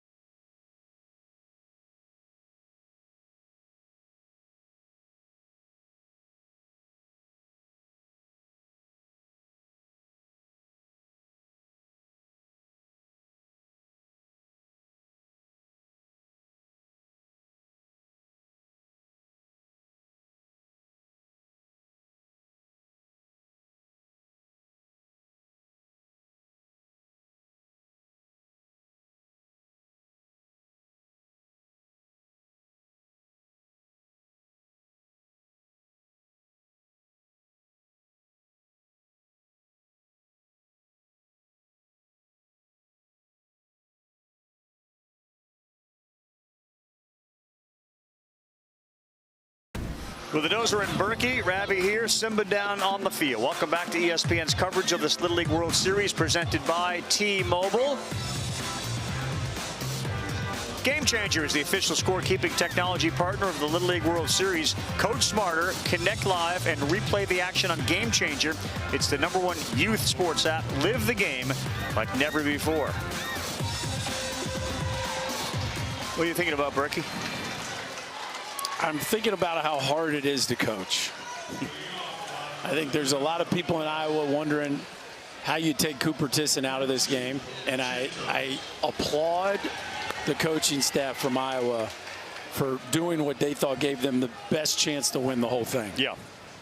You need a team. I mean, we talk about it all the time when we talk about the order, the batting order, not just a few hitters, but also you understand that even if you keep him in this game, you need more than just him.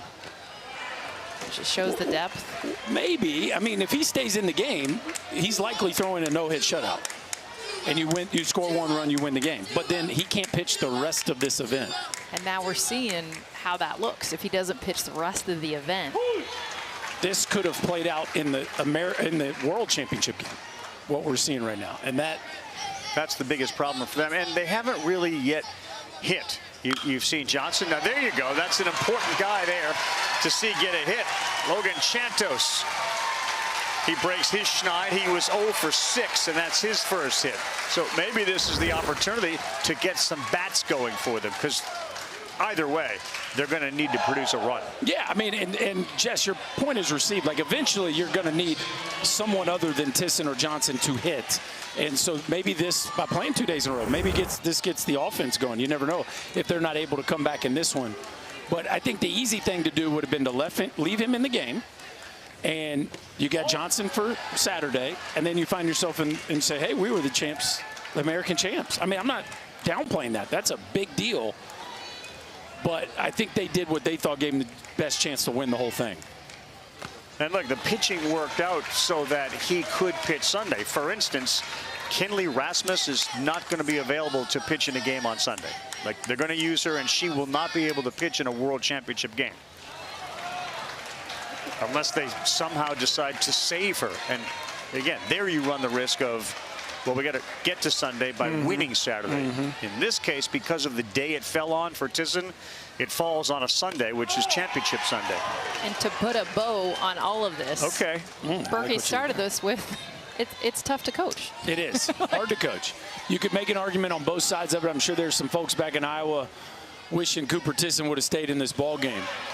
But I just hope people just can at least empathize with the other side of that conversation, which is the desire to win the whole thing. Yep. Look, it's an annual debate here in Williamsport among coaches. Do you go for the United States Championship, or do you try to win the one that people will remember for years and years to come, which is the Little League World Series Championship? 2 are now aboard. It's only a 5-run game. We certainly have seen this year 5-run comebacks. Lutke is aboard after a walk.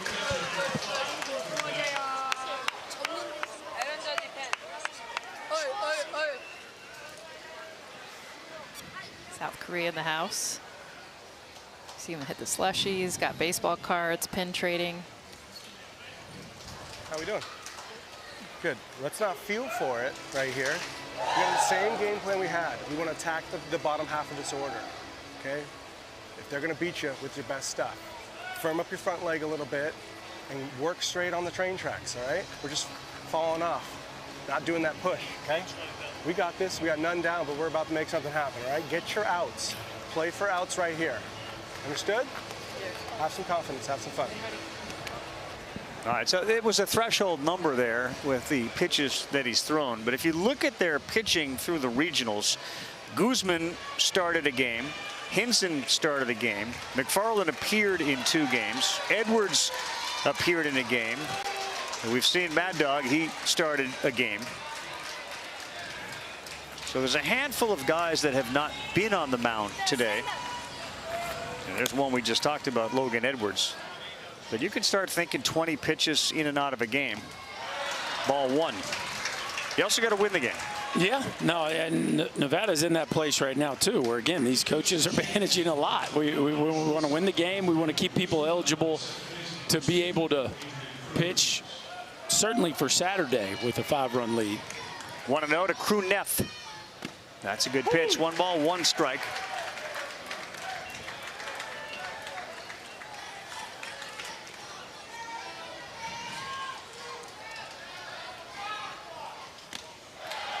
On the corner and down. It's called a strike. Safe on a close one. They've had 2 of those now. It's almost like a little bit of a deke, too. Looks like he's just throwing it back to the pitcher. The pitcher just doesn't catch it. Goes straight into second base. That's a big play for Phoenix City. That happens all the time when they throw behind the runner at second. 2 balls, 2 strikes. Neff is 5'1". JFK Catholic, a Cubs fan who loves Trey Turner. Why do you think he likes Turner? Slides. Cool slides. He is gone, though, on a pitch up. Hinson gets the strikeout and the first out here in the 5th.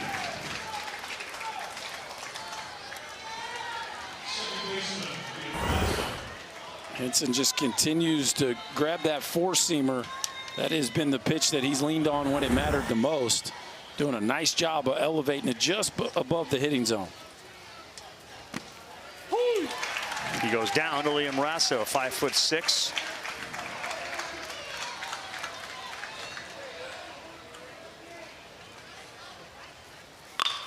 Hard on the ground, in the hole. There's a play at third. There's the throw. What a play. Owen Guzman was running in that direction. He had no chance to throw the runner on at first. And that's a heads-up play by the shortstop. A heads-up play by the shortstop, Edwards. And how about Cowley making sure he's there for him? So he's shaded up the middle. He's got a range a long way. And Cowley retreats to the base, gives his shortstop an opportunity and a good target, and then gets in his legs to finish off that play. The shortstop's got to do his job, but the third baseman's got to have his heads up as well. And so nice team defense there. 6-5 on the force out. I'll tell you one thing, too, for Guzman. That was a heck of a throw. I mean, he's running, you know, to his right. He has to throw it back to his left, and he threw a strike. And that hit the runner. I mean, how often do you see a play like that and the runner gets hit in the back, in the leg? Really well done.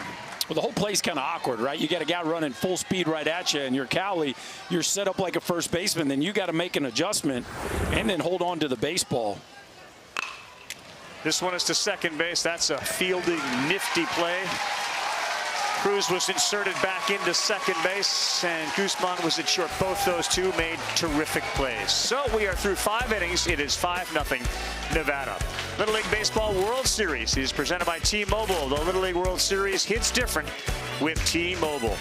We are back for the last inning. Nevada looking to move on to the United States Championship game on Saturday.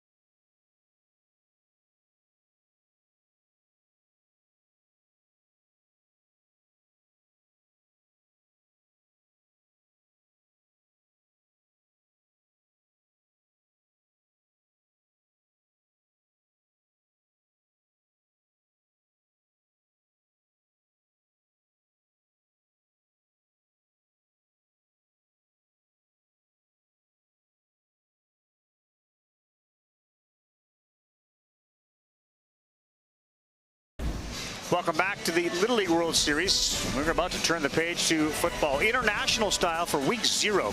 Triple header on Saturday starts with North Carolina and TCU in Dublin. That's at noon Eastern time, and then NC State, Virginia. Alabama A&M will take on Howard. That's a special game in Atlanta at 7:30 Eastern time on ABC. All 3 games are available on the ESPN app. Mike Monaco trying to make the red eye to Dublin, try to make it there for his football game.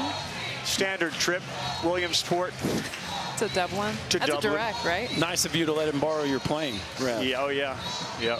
That's been grounded. There's no plane. He's got his own transportation mode. Okay. And he's bought himself a day. You get out of here tonight. You get there a day early, a day ahead already over there. But the game Saturday at noon Eastern time as college football is knocking on the door. And then the NFL, and of course a Super Bowl year for ESPN. 6th inning, 5-0, 5 hits, 1 error. And for Iowa, no runs, 4 hits, no errors.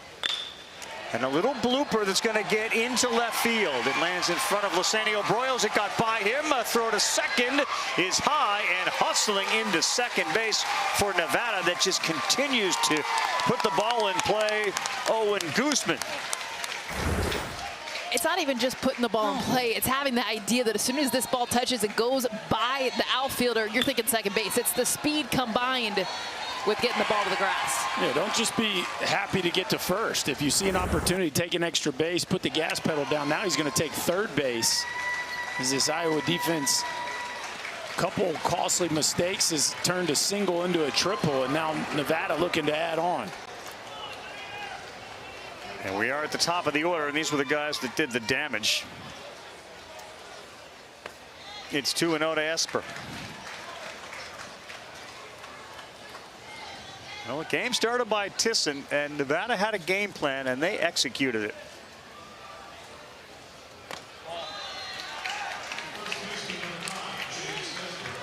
Hang in there, right? Just survive the Tisson experience, No and then question. you get a chance. Well, Berkey, you talked about it. Think of all the foul balls that led to that inning not being able to end. All right, Jess, what do you got? Ravi, it's Nevada's coach Bill Senny's 25th and final year coaching Little League, and what a way to close out this chapter here at the World Series. He said as a kid he played on the Olive Little League team in Orange, California, where his dad was president and he's been involved ever since. You see him here. He coached Austin Wells and Jack Weisenberger at just 6 years old, and he told me way too many great memories to count. He also said that he's waited 25 years to get here and couldn't think of a better group of both coaches and kids to do it with. That's a great story with some great players. And congratulations and thank you. Anybody that has volunteered for any period of time, but certainly the length of time that Bill Senny has done it. That's a big tip of the cap and a shout out to not only Bill, but all the coaches and all the parents and all the volunteers that make this Little League World Series so special. We'll take a timeout. Iowa's going back to their bullpen, and they need to stop him. It's 5-0.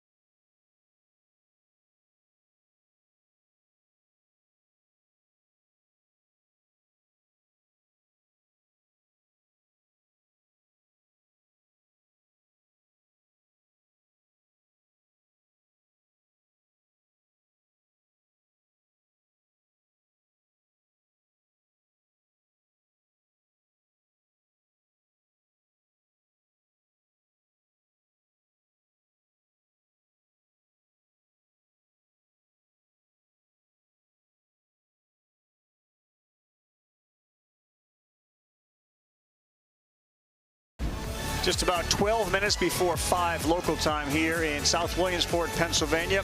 Remainder of the day, how about Canada? They wiped out South Korea, and now they take aim at another powerhouse in Japan. Meantime, we'll see Phoenix City, Alabama take on those kids from Ohio. That is an elimination game. Both are elimination games. 5 and 7 p.m.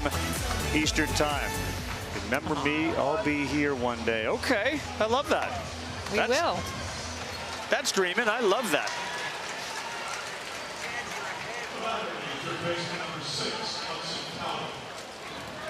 A couple hours before the game, the kids from Phoenix City get set. Here we go with a fly ball to shallow right field. Rasso's not going to get there, and it drops in front of him.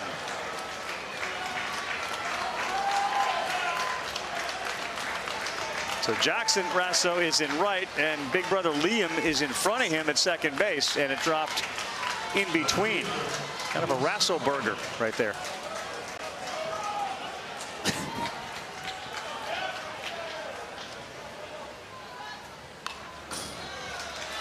And I'm telling you one thing, Berkey. I mean, you get good hitting going. You can see the approach that the kids from Nevada are taking. Very loose at the plate. Very aggressive in their approach. Yeah, I mean, it's really been a complete performance. We've seen now, this is 2 games in a row where they haven't allowed a run on the pitching and defensive side of things. And from an offensive standpoint, it's just a team that knows how to score runs in a bunch of different ways, and we've talked about it all game long. They have length in their lineup. They're not dependent on just one part of their order to produce offense. McFarland had the big hit. That one gets by, and our 2 runners are going to advance. Right. I also think it helps that they don't have the home runs, right? I think when you have home run swings, home runs in your mind, those kind of swings, we saw it with Anthony Johnson, right? You're chasing pitches up above the zone, just trying to crank it out of here. They know their game. Oh boy, another one gets by. That's going to be another run to make it 7. And we're in the 6th inning. There is no 10-run rule that can be applied here. The home team is going to bat in the bottom of the 6th.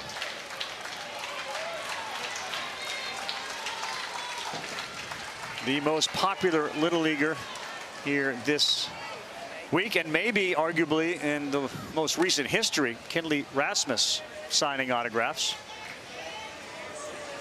Now that's cute right there. We're giving low fives and high fives. That's great. It's going to be a special matchup tonight now. That Ohio team is rolling as well. Like, they looked fantastic last night, taking care of New Jersey. I think this game tonight is going to have all the makings of a classic.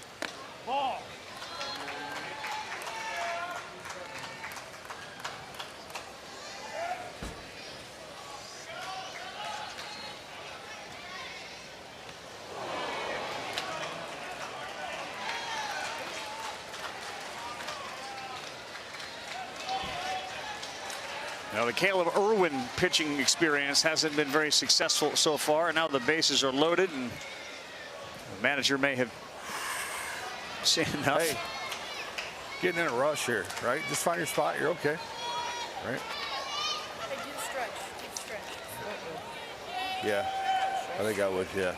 Just find your spots, take your time, we're all right. Let's get it out.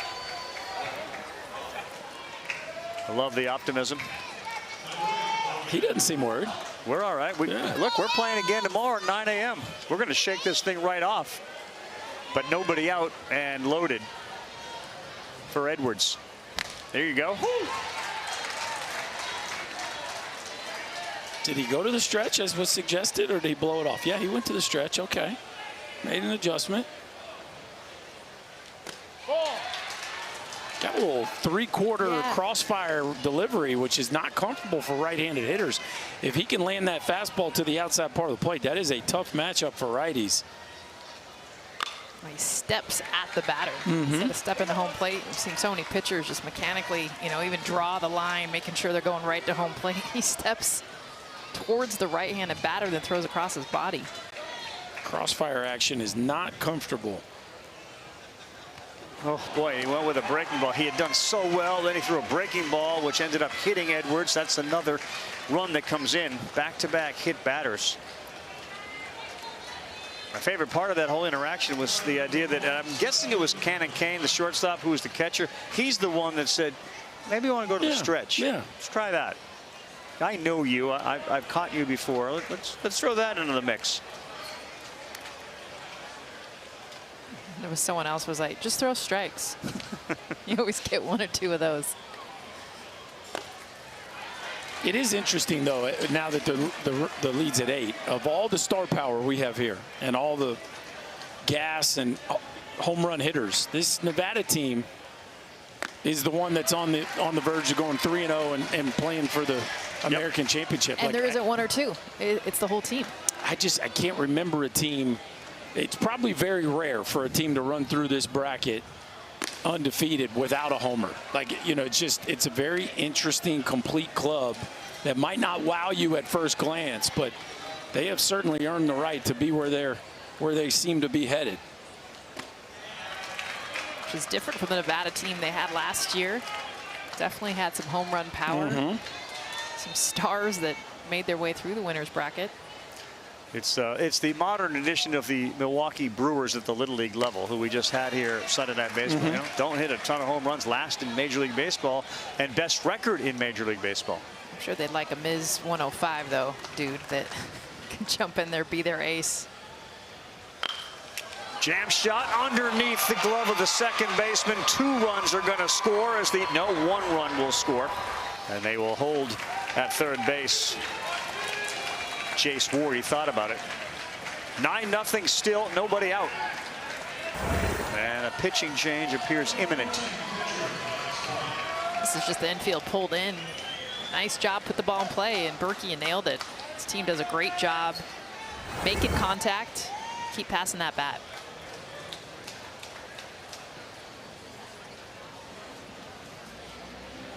All right, let's raise our hands if you want to get on the mound. Now's the time. In Williamsport at the World Series. You're pitching. It's all right. Liam, your turn. It's all right. No worries. You're going to go right field.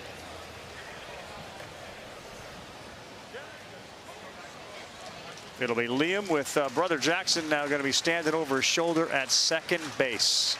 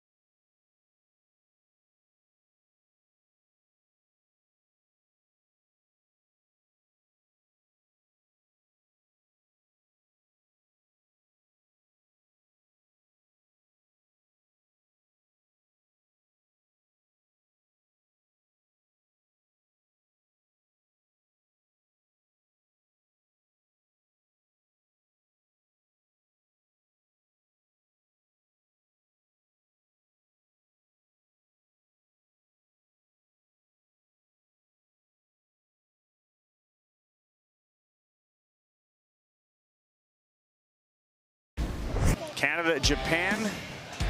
Are we going rock, paper, scissors? We are. Is that to decide the batting order or your fantasy football draft? Which one is that? Yes. Yeah. The team from Canada has been arguably the most pleasant surprise. You knew they were coming. You knew that they continue to improve. And, man, this is the year they're making a big statement. That's Canada, Japan, about 3 minutes from now over on ESPN2. Here, 9-0 in favor of Nevada. Dottie Henson's in the house. I love that. And in spite of a 9-0 score, nobody out, the bases loaded, there is no crying in baseball. No crying. No crying. One of the great scenes of all time. Great movies, the whole It's thing. an amazing movie. Not sure if you believe it, but Tom Hanks, he can act. And there's some things in there he can do. He's been in a couple movies. Back in the day when Baseball Tonight was in its heyday, we would do spots that mimicked movie scenes from baseball movies, and that was one of them. They all got dressed up, and there is no crying in baseball, but there's another run being scored by Nevada. Mickey Kleiner.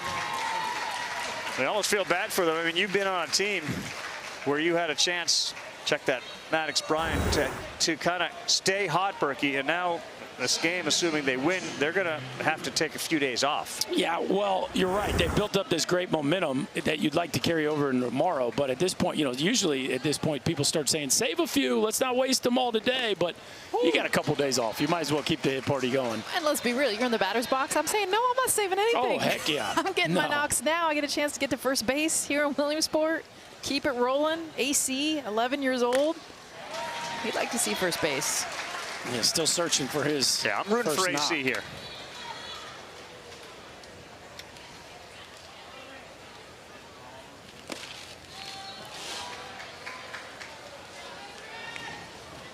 We talked about the inability or the lack of home runs. The first 13 hitters, it should also put sort of Cooper Tisson in parentheses up there. You can go back to that. The first 13 basically didn't do anything against him, and then subsequently since then, the last 19, 9 for 13 with 10 runs. Wow. There you go on the ground. That's fielded and a flip in time for 1. Nifty play right there by Cannon Kane. That was not an easy play. And then you got to make the throw on the run. That was just really well done. Even though Nevada adds another one, that's just a play that could have gotten away from him. Charge, catch it on the short hop, and then feed the second baseman with a touch throw on the run, right on the money. That is a big-time play there from a young man who started the game at catcher. Here's our pitcher, Henson, who pitched really well, and he looks at ball 1 from Liam Rasso.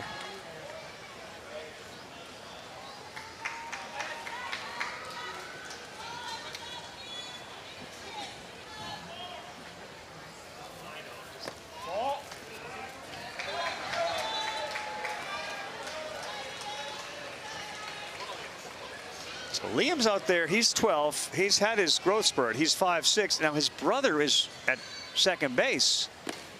He's a year younger and he's 4'11".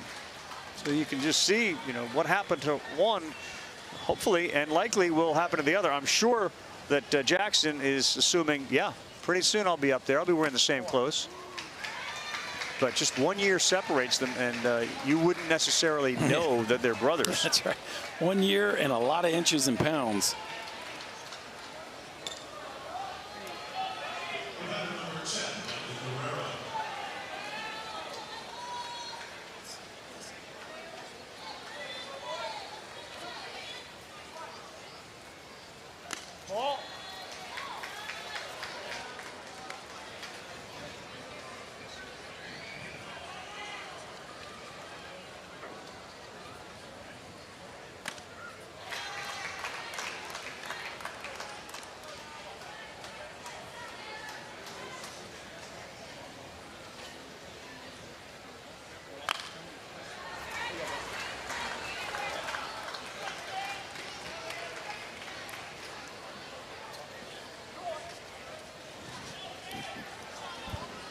Guerrero with a single in this game.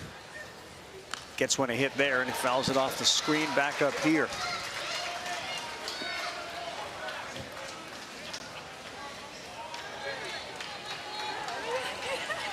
Kinley is down there warming up. Kinley's mom. That was Jill. That's going to be extra bases and a whole bunch more runs. 1 run is in, 2 runs are in. We're waving in the third.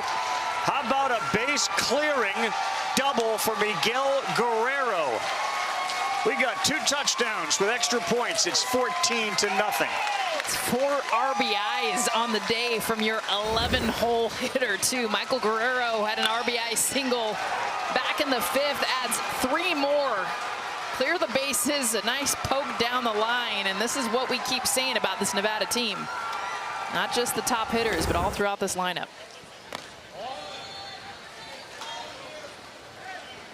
Here is Carson Meyer, the 26th girl to play in the Little League World Series, the 10th from the U.S. 7th straight year we've had a girl play in Williamsport. And 11 girls coming in had recorded a hit, and now we have 13, thanks to Carson and Kinley. I like her swing, too. Saw a good, hard ground out. Her first at bat, a beautiful RBI single in her last game. Line drive up the middle.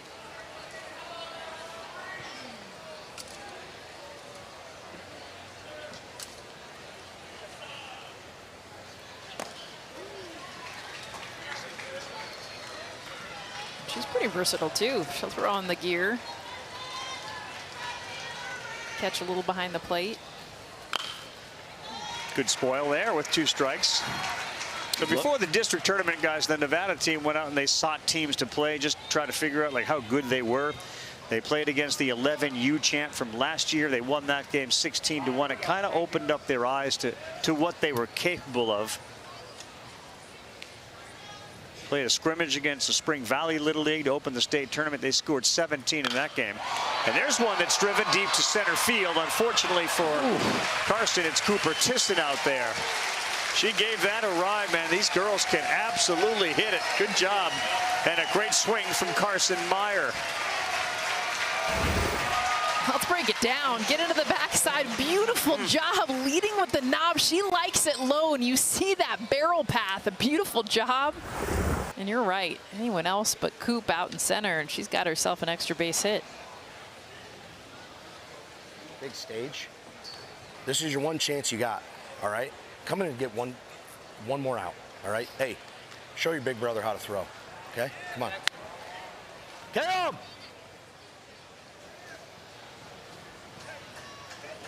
All right, here's our guy. We just talked about this. We go from Rasso to Rasso. And with 2 outs, opportunity of a lifetime here for an 11-year-old as Jackson's going to toe the rubber and just throw strikes. Mission for big number 1 out there. Did we have this in the College World Series? Mercurius to Mercurius. Did we get it or did we not get it? I can't remember. But we had Xander and LJ. Now here we are in Williamsport with Liam and Jackson. How about it? Yeah, the only difference was we had the brother out in the bullpen reading the book, remember? Yes. Because he was channeling his concern for his younger brother. Yeah. And that worked out well for both of them. I just love this opportunity, though. I mean, he's 11 years old, you guys. He's on this team, being able to play with big bro. His dad is the manager, but being able to pitch for the first time here, just think of the experience it'll bring in, not just next year, but he talked about his dream was to play with his brother. He got to do that last year, and now here on the bump. Yeah, and I think to the credit of the coach, clearly the game is way out of hand, and this is the opportunity. You never know about next year or when you get a chance to come back to a place like this. If not now, when? So why not? Well, he's got his hands full. He's going to have to get out of this inning facing the top of the order. There we go. Good start, though, with strike 1, fouled out of play.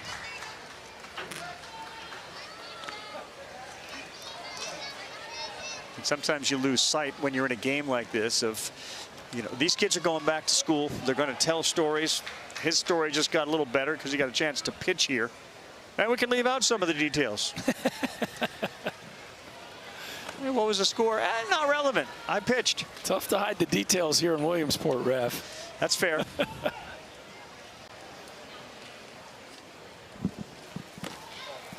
Curacao had 10 in their game. We got 9 in this one. That Curacao team. Ooh, you like them, huh? Yeah.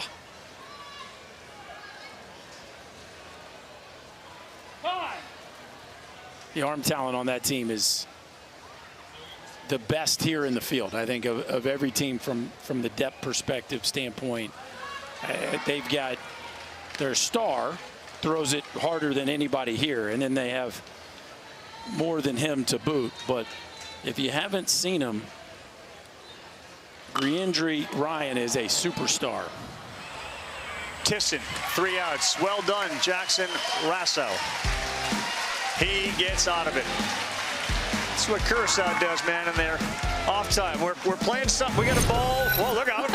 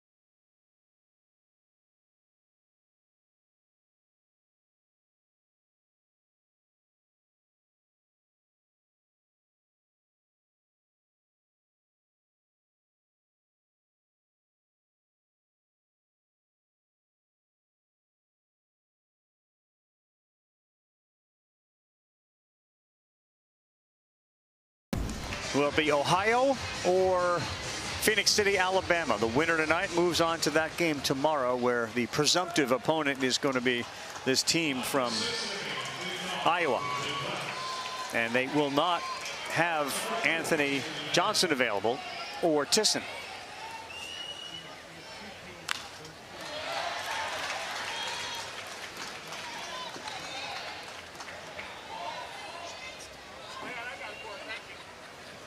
Yeah, a couple ways to look at it. You know, you have a season at the major league level, and you know, you go through the ups and you go through the downs, but a lot of times you have a loss like this. The good news is you're literally right back at it the next day playing to try to forget about it. In the case of this one, they're right back at it in a hurry.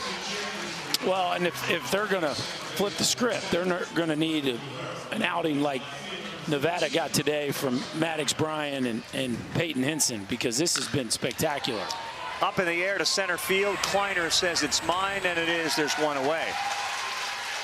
This Iowa group's going to need somebody, most likely somebody from a couple of the pitchers that we've seen in this today, one, no doubt, answer the bell and do something special.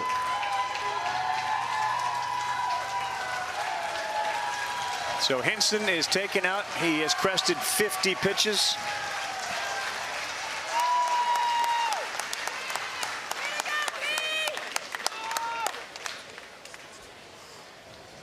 You know what they've done to acquire this victory.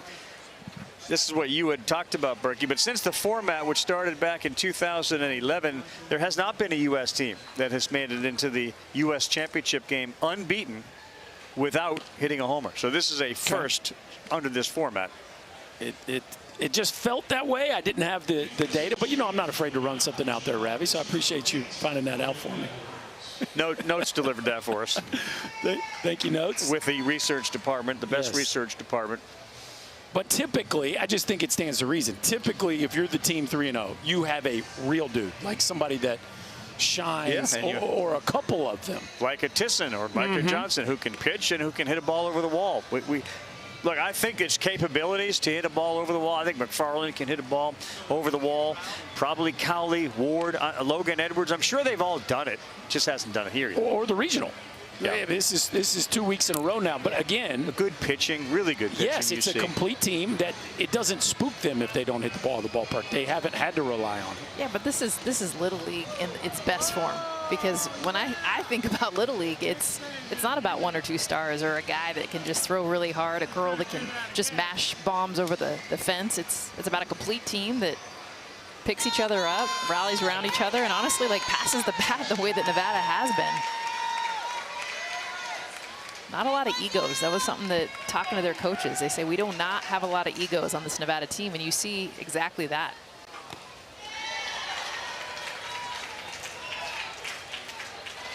Now, Logan Edwards is definitely going to be one of the pitchers that figures into a championship run for Nevada. And a pretty emphatic statement here against a team that had Cooper Tisson start the game. I mean, you figure that, right? Who started? Cooper Tisson. What's the final score going to be? I don't know, maybe 14-0 on the losing side? No, but again, the unique circumstances around this game and the fact that Tisson wasn't able to get to the full 85 pitch total because of them trying to keep him ready for Sunday just changed the whole dynamic of the way this game played out. They were able to wait him out, get deep enough in counts to get him out of there in the 4th, and man, did they erupt once that happened.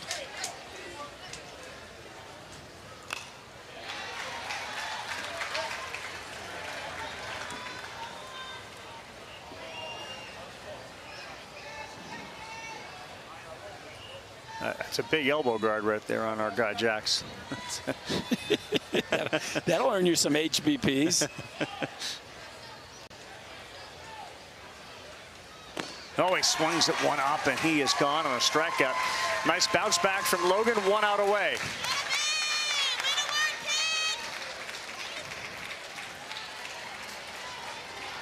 So maybe there's more to him than just chocolate chip pancakes. And we've got a big sign about his cooking skills.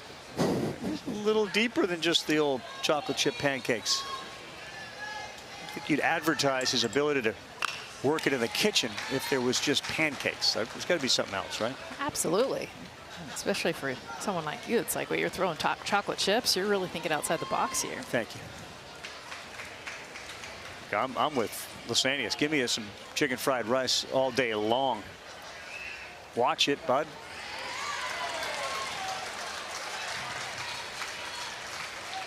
Japan and Canada coming up momentarily. 2 down here in the bottom of the 6th.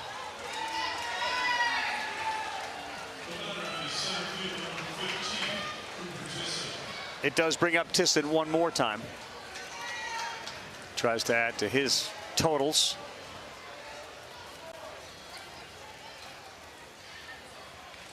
Okay, behind him. All right, so we've thrown 2 straight breaking balls.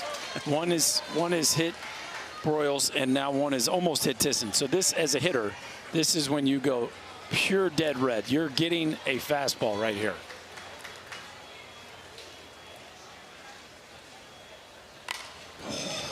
And he did.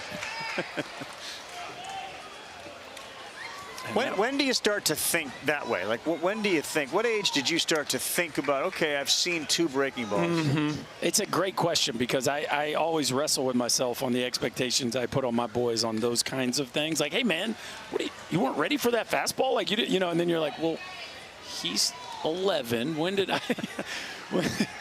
I start arriving at those kind of conclusions? Not sure. But probably not 12. No, I'm sure it was somewhere either. I would think it was somewhere later in high school where you really dial in on pitch selection and who's on the mound and sequences and all those kinds of things that I feel like give you advantages as a hitter. 3-1, and that, ouch, man, on the knee. He will go down at first. I'm sure Papa Burke, though, was asking you the same thing. Like, really? Like, how did you not think a fastball was coming, Chris? Oh, he definitely was. We spent a lot of car rides unpacking each and every at bat. What are we thinking? Why are we thinking that? And those conversations help you grow as a student of the game, because I really believe it's one thing to hit a fastball. It's another thing, if you're ready for a fastball, it's a lot easier to hit it, right? And how do I get ready for a fastball? Well, I'm paying attention to the sequences and how pitchers are choosing to attack hitters. And so you end up cornering them in certain counts where you're like, I got them. Well, with 2 outs, we're coming up on our 14th pitch. Obviously, for Nevada, the idea is to try to make sure that Logan Edwards is available when they need him on Saturday. Now, he's got several more pitches to throw, but it's going to be an interesting matchup here with the big fella, Anthony Johnson.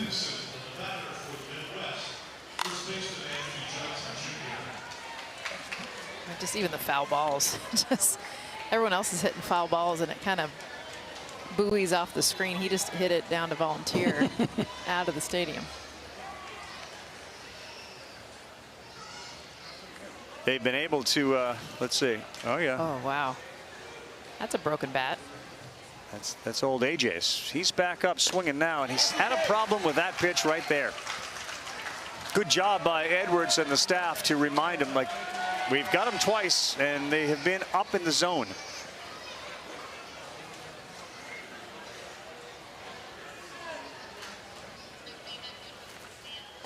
And that time he was aware of it. There you go. You got to be able to prove that you can take that pitch.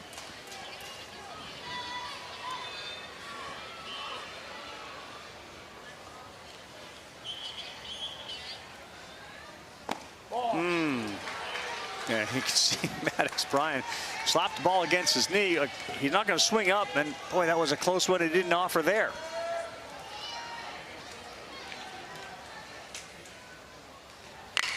Oh my goodness, was that hit hard. They are loaded. You talk about Little League exit velocity. Man, that's one that you will worry about going right back up the middle. That thing was absolutely destroyed. I'm secretly happy that our boy AC, who was playing second base, was not playing second base on that ball. No one wanted to get in front of that. Loaded. Kane trying to put him on the board. Strike one with a little cut piece on that fastball. It is 0-1 That was definitely Demeat Hook vibes right there. Ralph. Yes, it was. He could flatten out a baseball.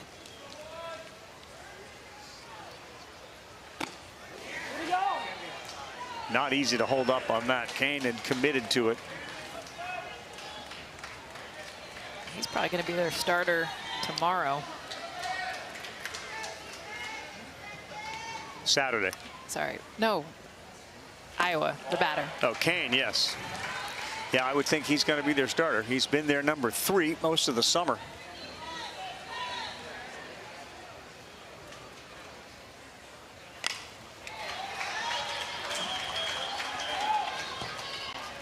It's 2 balls and 2 strikes. And think Nevada and Iowa were tied 0-0 after 3 innings. And then we went 4-1-9. Catch a 9er in there? We got a 9er.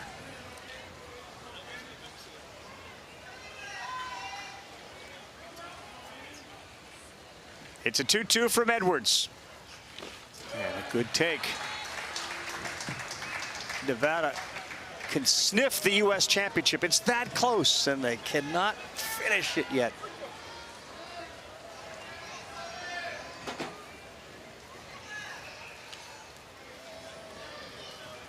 They have reached the U.S. championship in 2 of their previous 4 appearances. Familiar territory. 3-2 late center field. That one's going to the wall. Another hard hit ball, Cannon Kane. And Johnson puts the brakes on at third, but they're on the board thanks to a double from Special K. It's 14-2. This is what they needed at Berkey, and we talked about it so much. There's been 2 guys at the top of this order that have gotten 90% of their offensive production. This is the first time getting a couple RBIs from someone else in this lineup. Their 3-hole hitter, Cannon Kane, coming through big.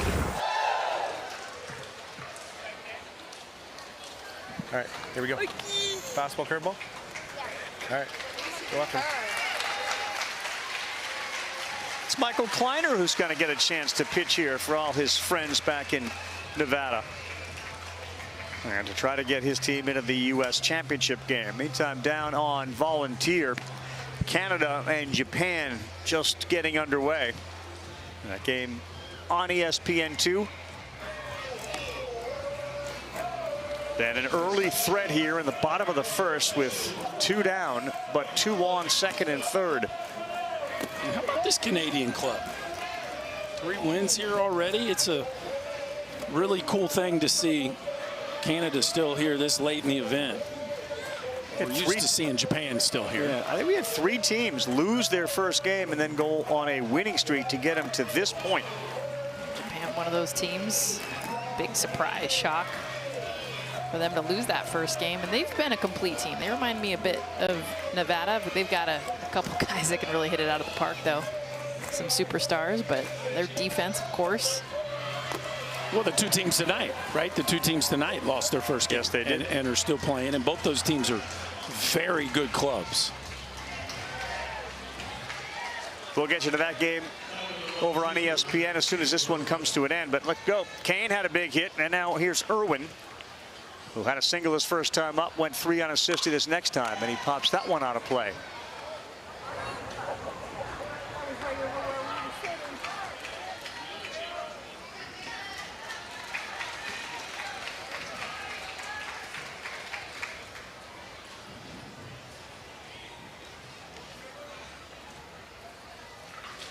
Ooh, almost to the camera, and another run comes in. It's big AJ. You got a euchre impression for us? Just a bit outside. And perfect. Hello. Perfect. He hit the bull. We're in euchre territory in this ball game. How about the ball over on Volunteer this morning or earlier today that went into the light, broke the light, shattered the glass, and then stayed in the light? In the light. I mean, I'd only heard of the legend of the ball that busted light. I didn't see it. yeah, they didn't see it at first either. And then our awesome camera crew, everyone finding the ball. This one might be playable for Meyer. No, and it's foul.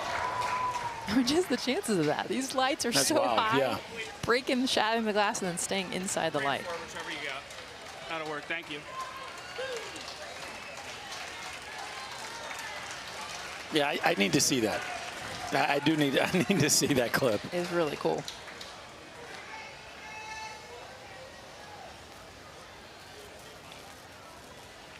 Kleiner's 1-2. No, 2-2. So to their credit, Little League has used that 10-run rule. The problem is when you run into a 9-run inning in the top of the 6th, you can run into a 14 or worse type score against an opponent.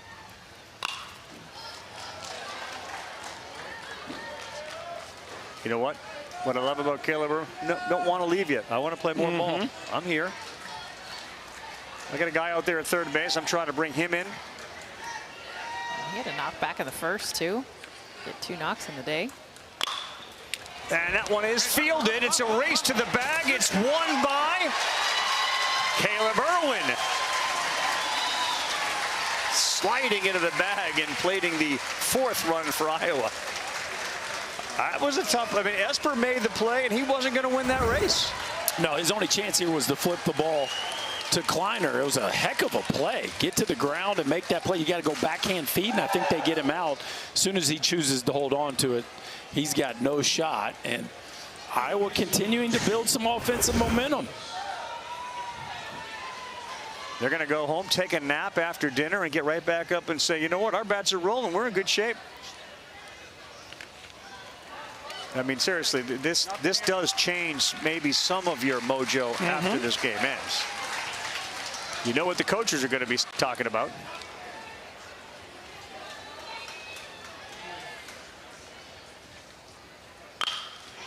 On the ground of the shortstop, Guzman fires to first low and not in time.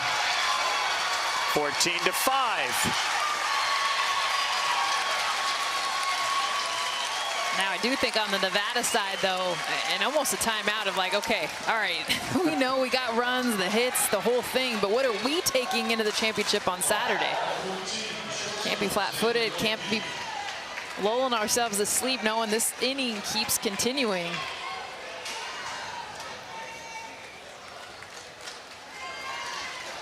Well, it's a great advertisement for putting the ball in play. Good things happen when the ball is in play.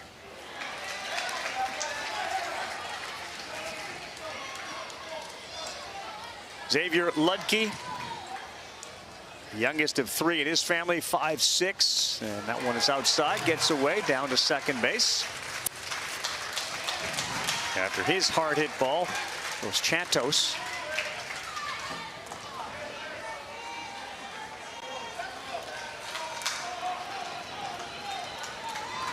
Will she finish that before the game wraps? Not at that pace. Let's check back in. I don't know, Jess. This inning's been a while. Take your time. There's a great one from Xavier on his questionnaire, guys. He said, any famous relatives or family friends? He dropped my grandpa is friends with Tyrese Halliburton's father-in-law. Hold on, let me download that. Okay. My grandpa is friends with Tyrese Halliburton's father-in-law. Okay. They're related. Love that. I'm almost there. And of course, that means Tyrese Halliburton is his dude. My favorite was when the players say that. They're like, but I don't remember who or what. Like, I'm related to Saquon Barkley, but I just don't remember what cousin or uncle.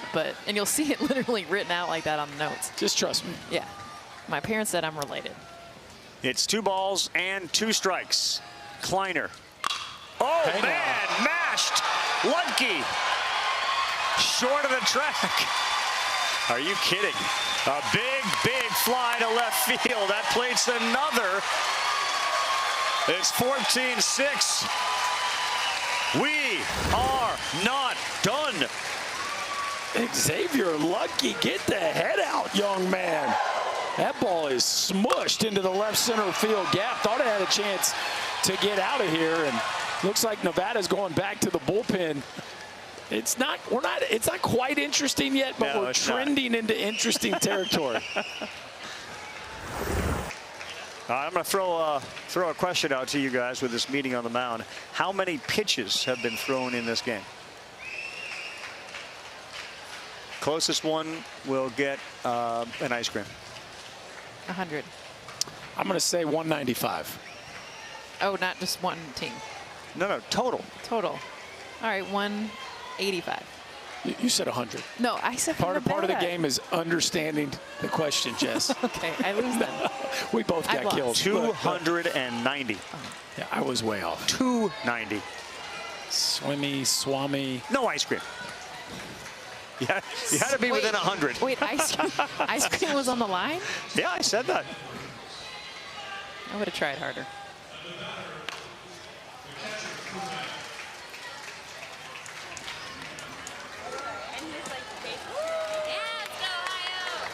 They're like, so what's going on in there that we're still out here? What is happening in there? This could end it. Esper, game, and on to the United States Championship once again goes the team from Nevada in an emphatic 14-6 announcement. We are here to win it all.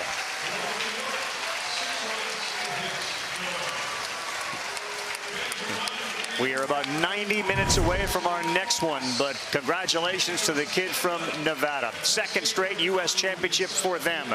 We'll see you at 7 with Ohio and Alabama. Canada and Japan starts now. For Berkey, Jess, and Jess Sims, Carl Ravitch, down to my buddy Mike. Raph, thanks so much. So 2 blowouts today, although Iowa made it interesting there. Iowa was so fierce.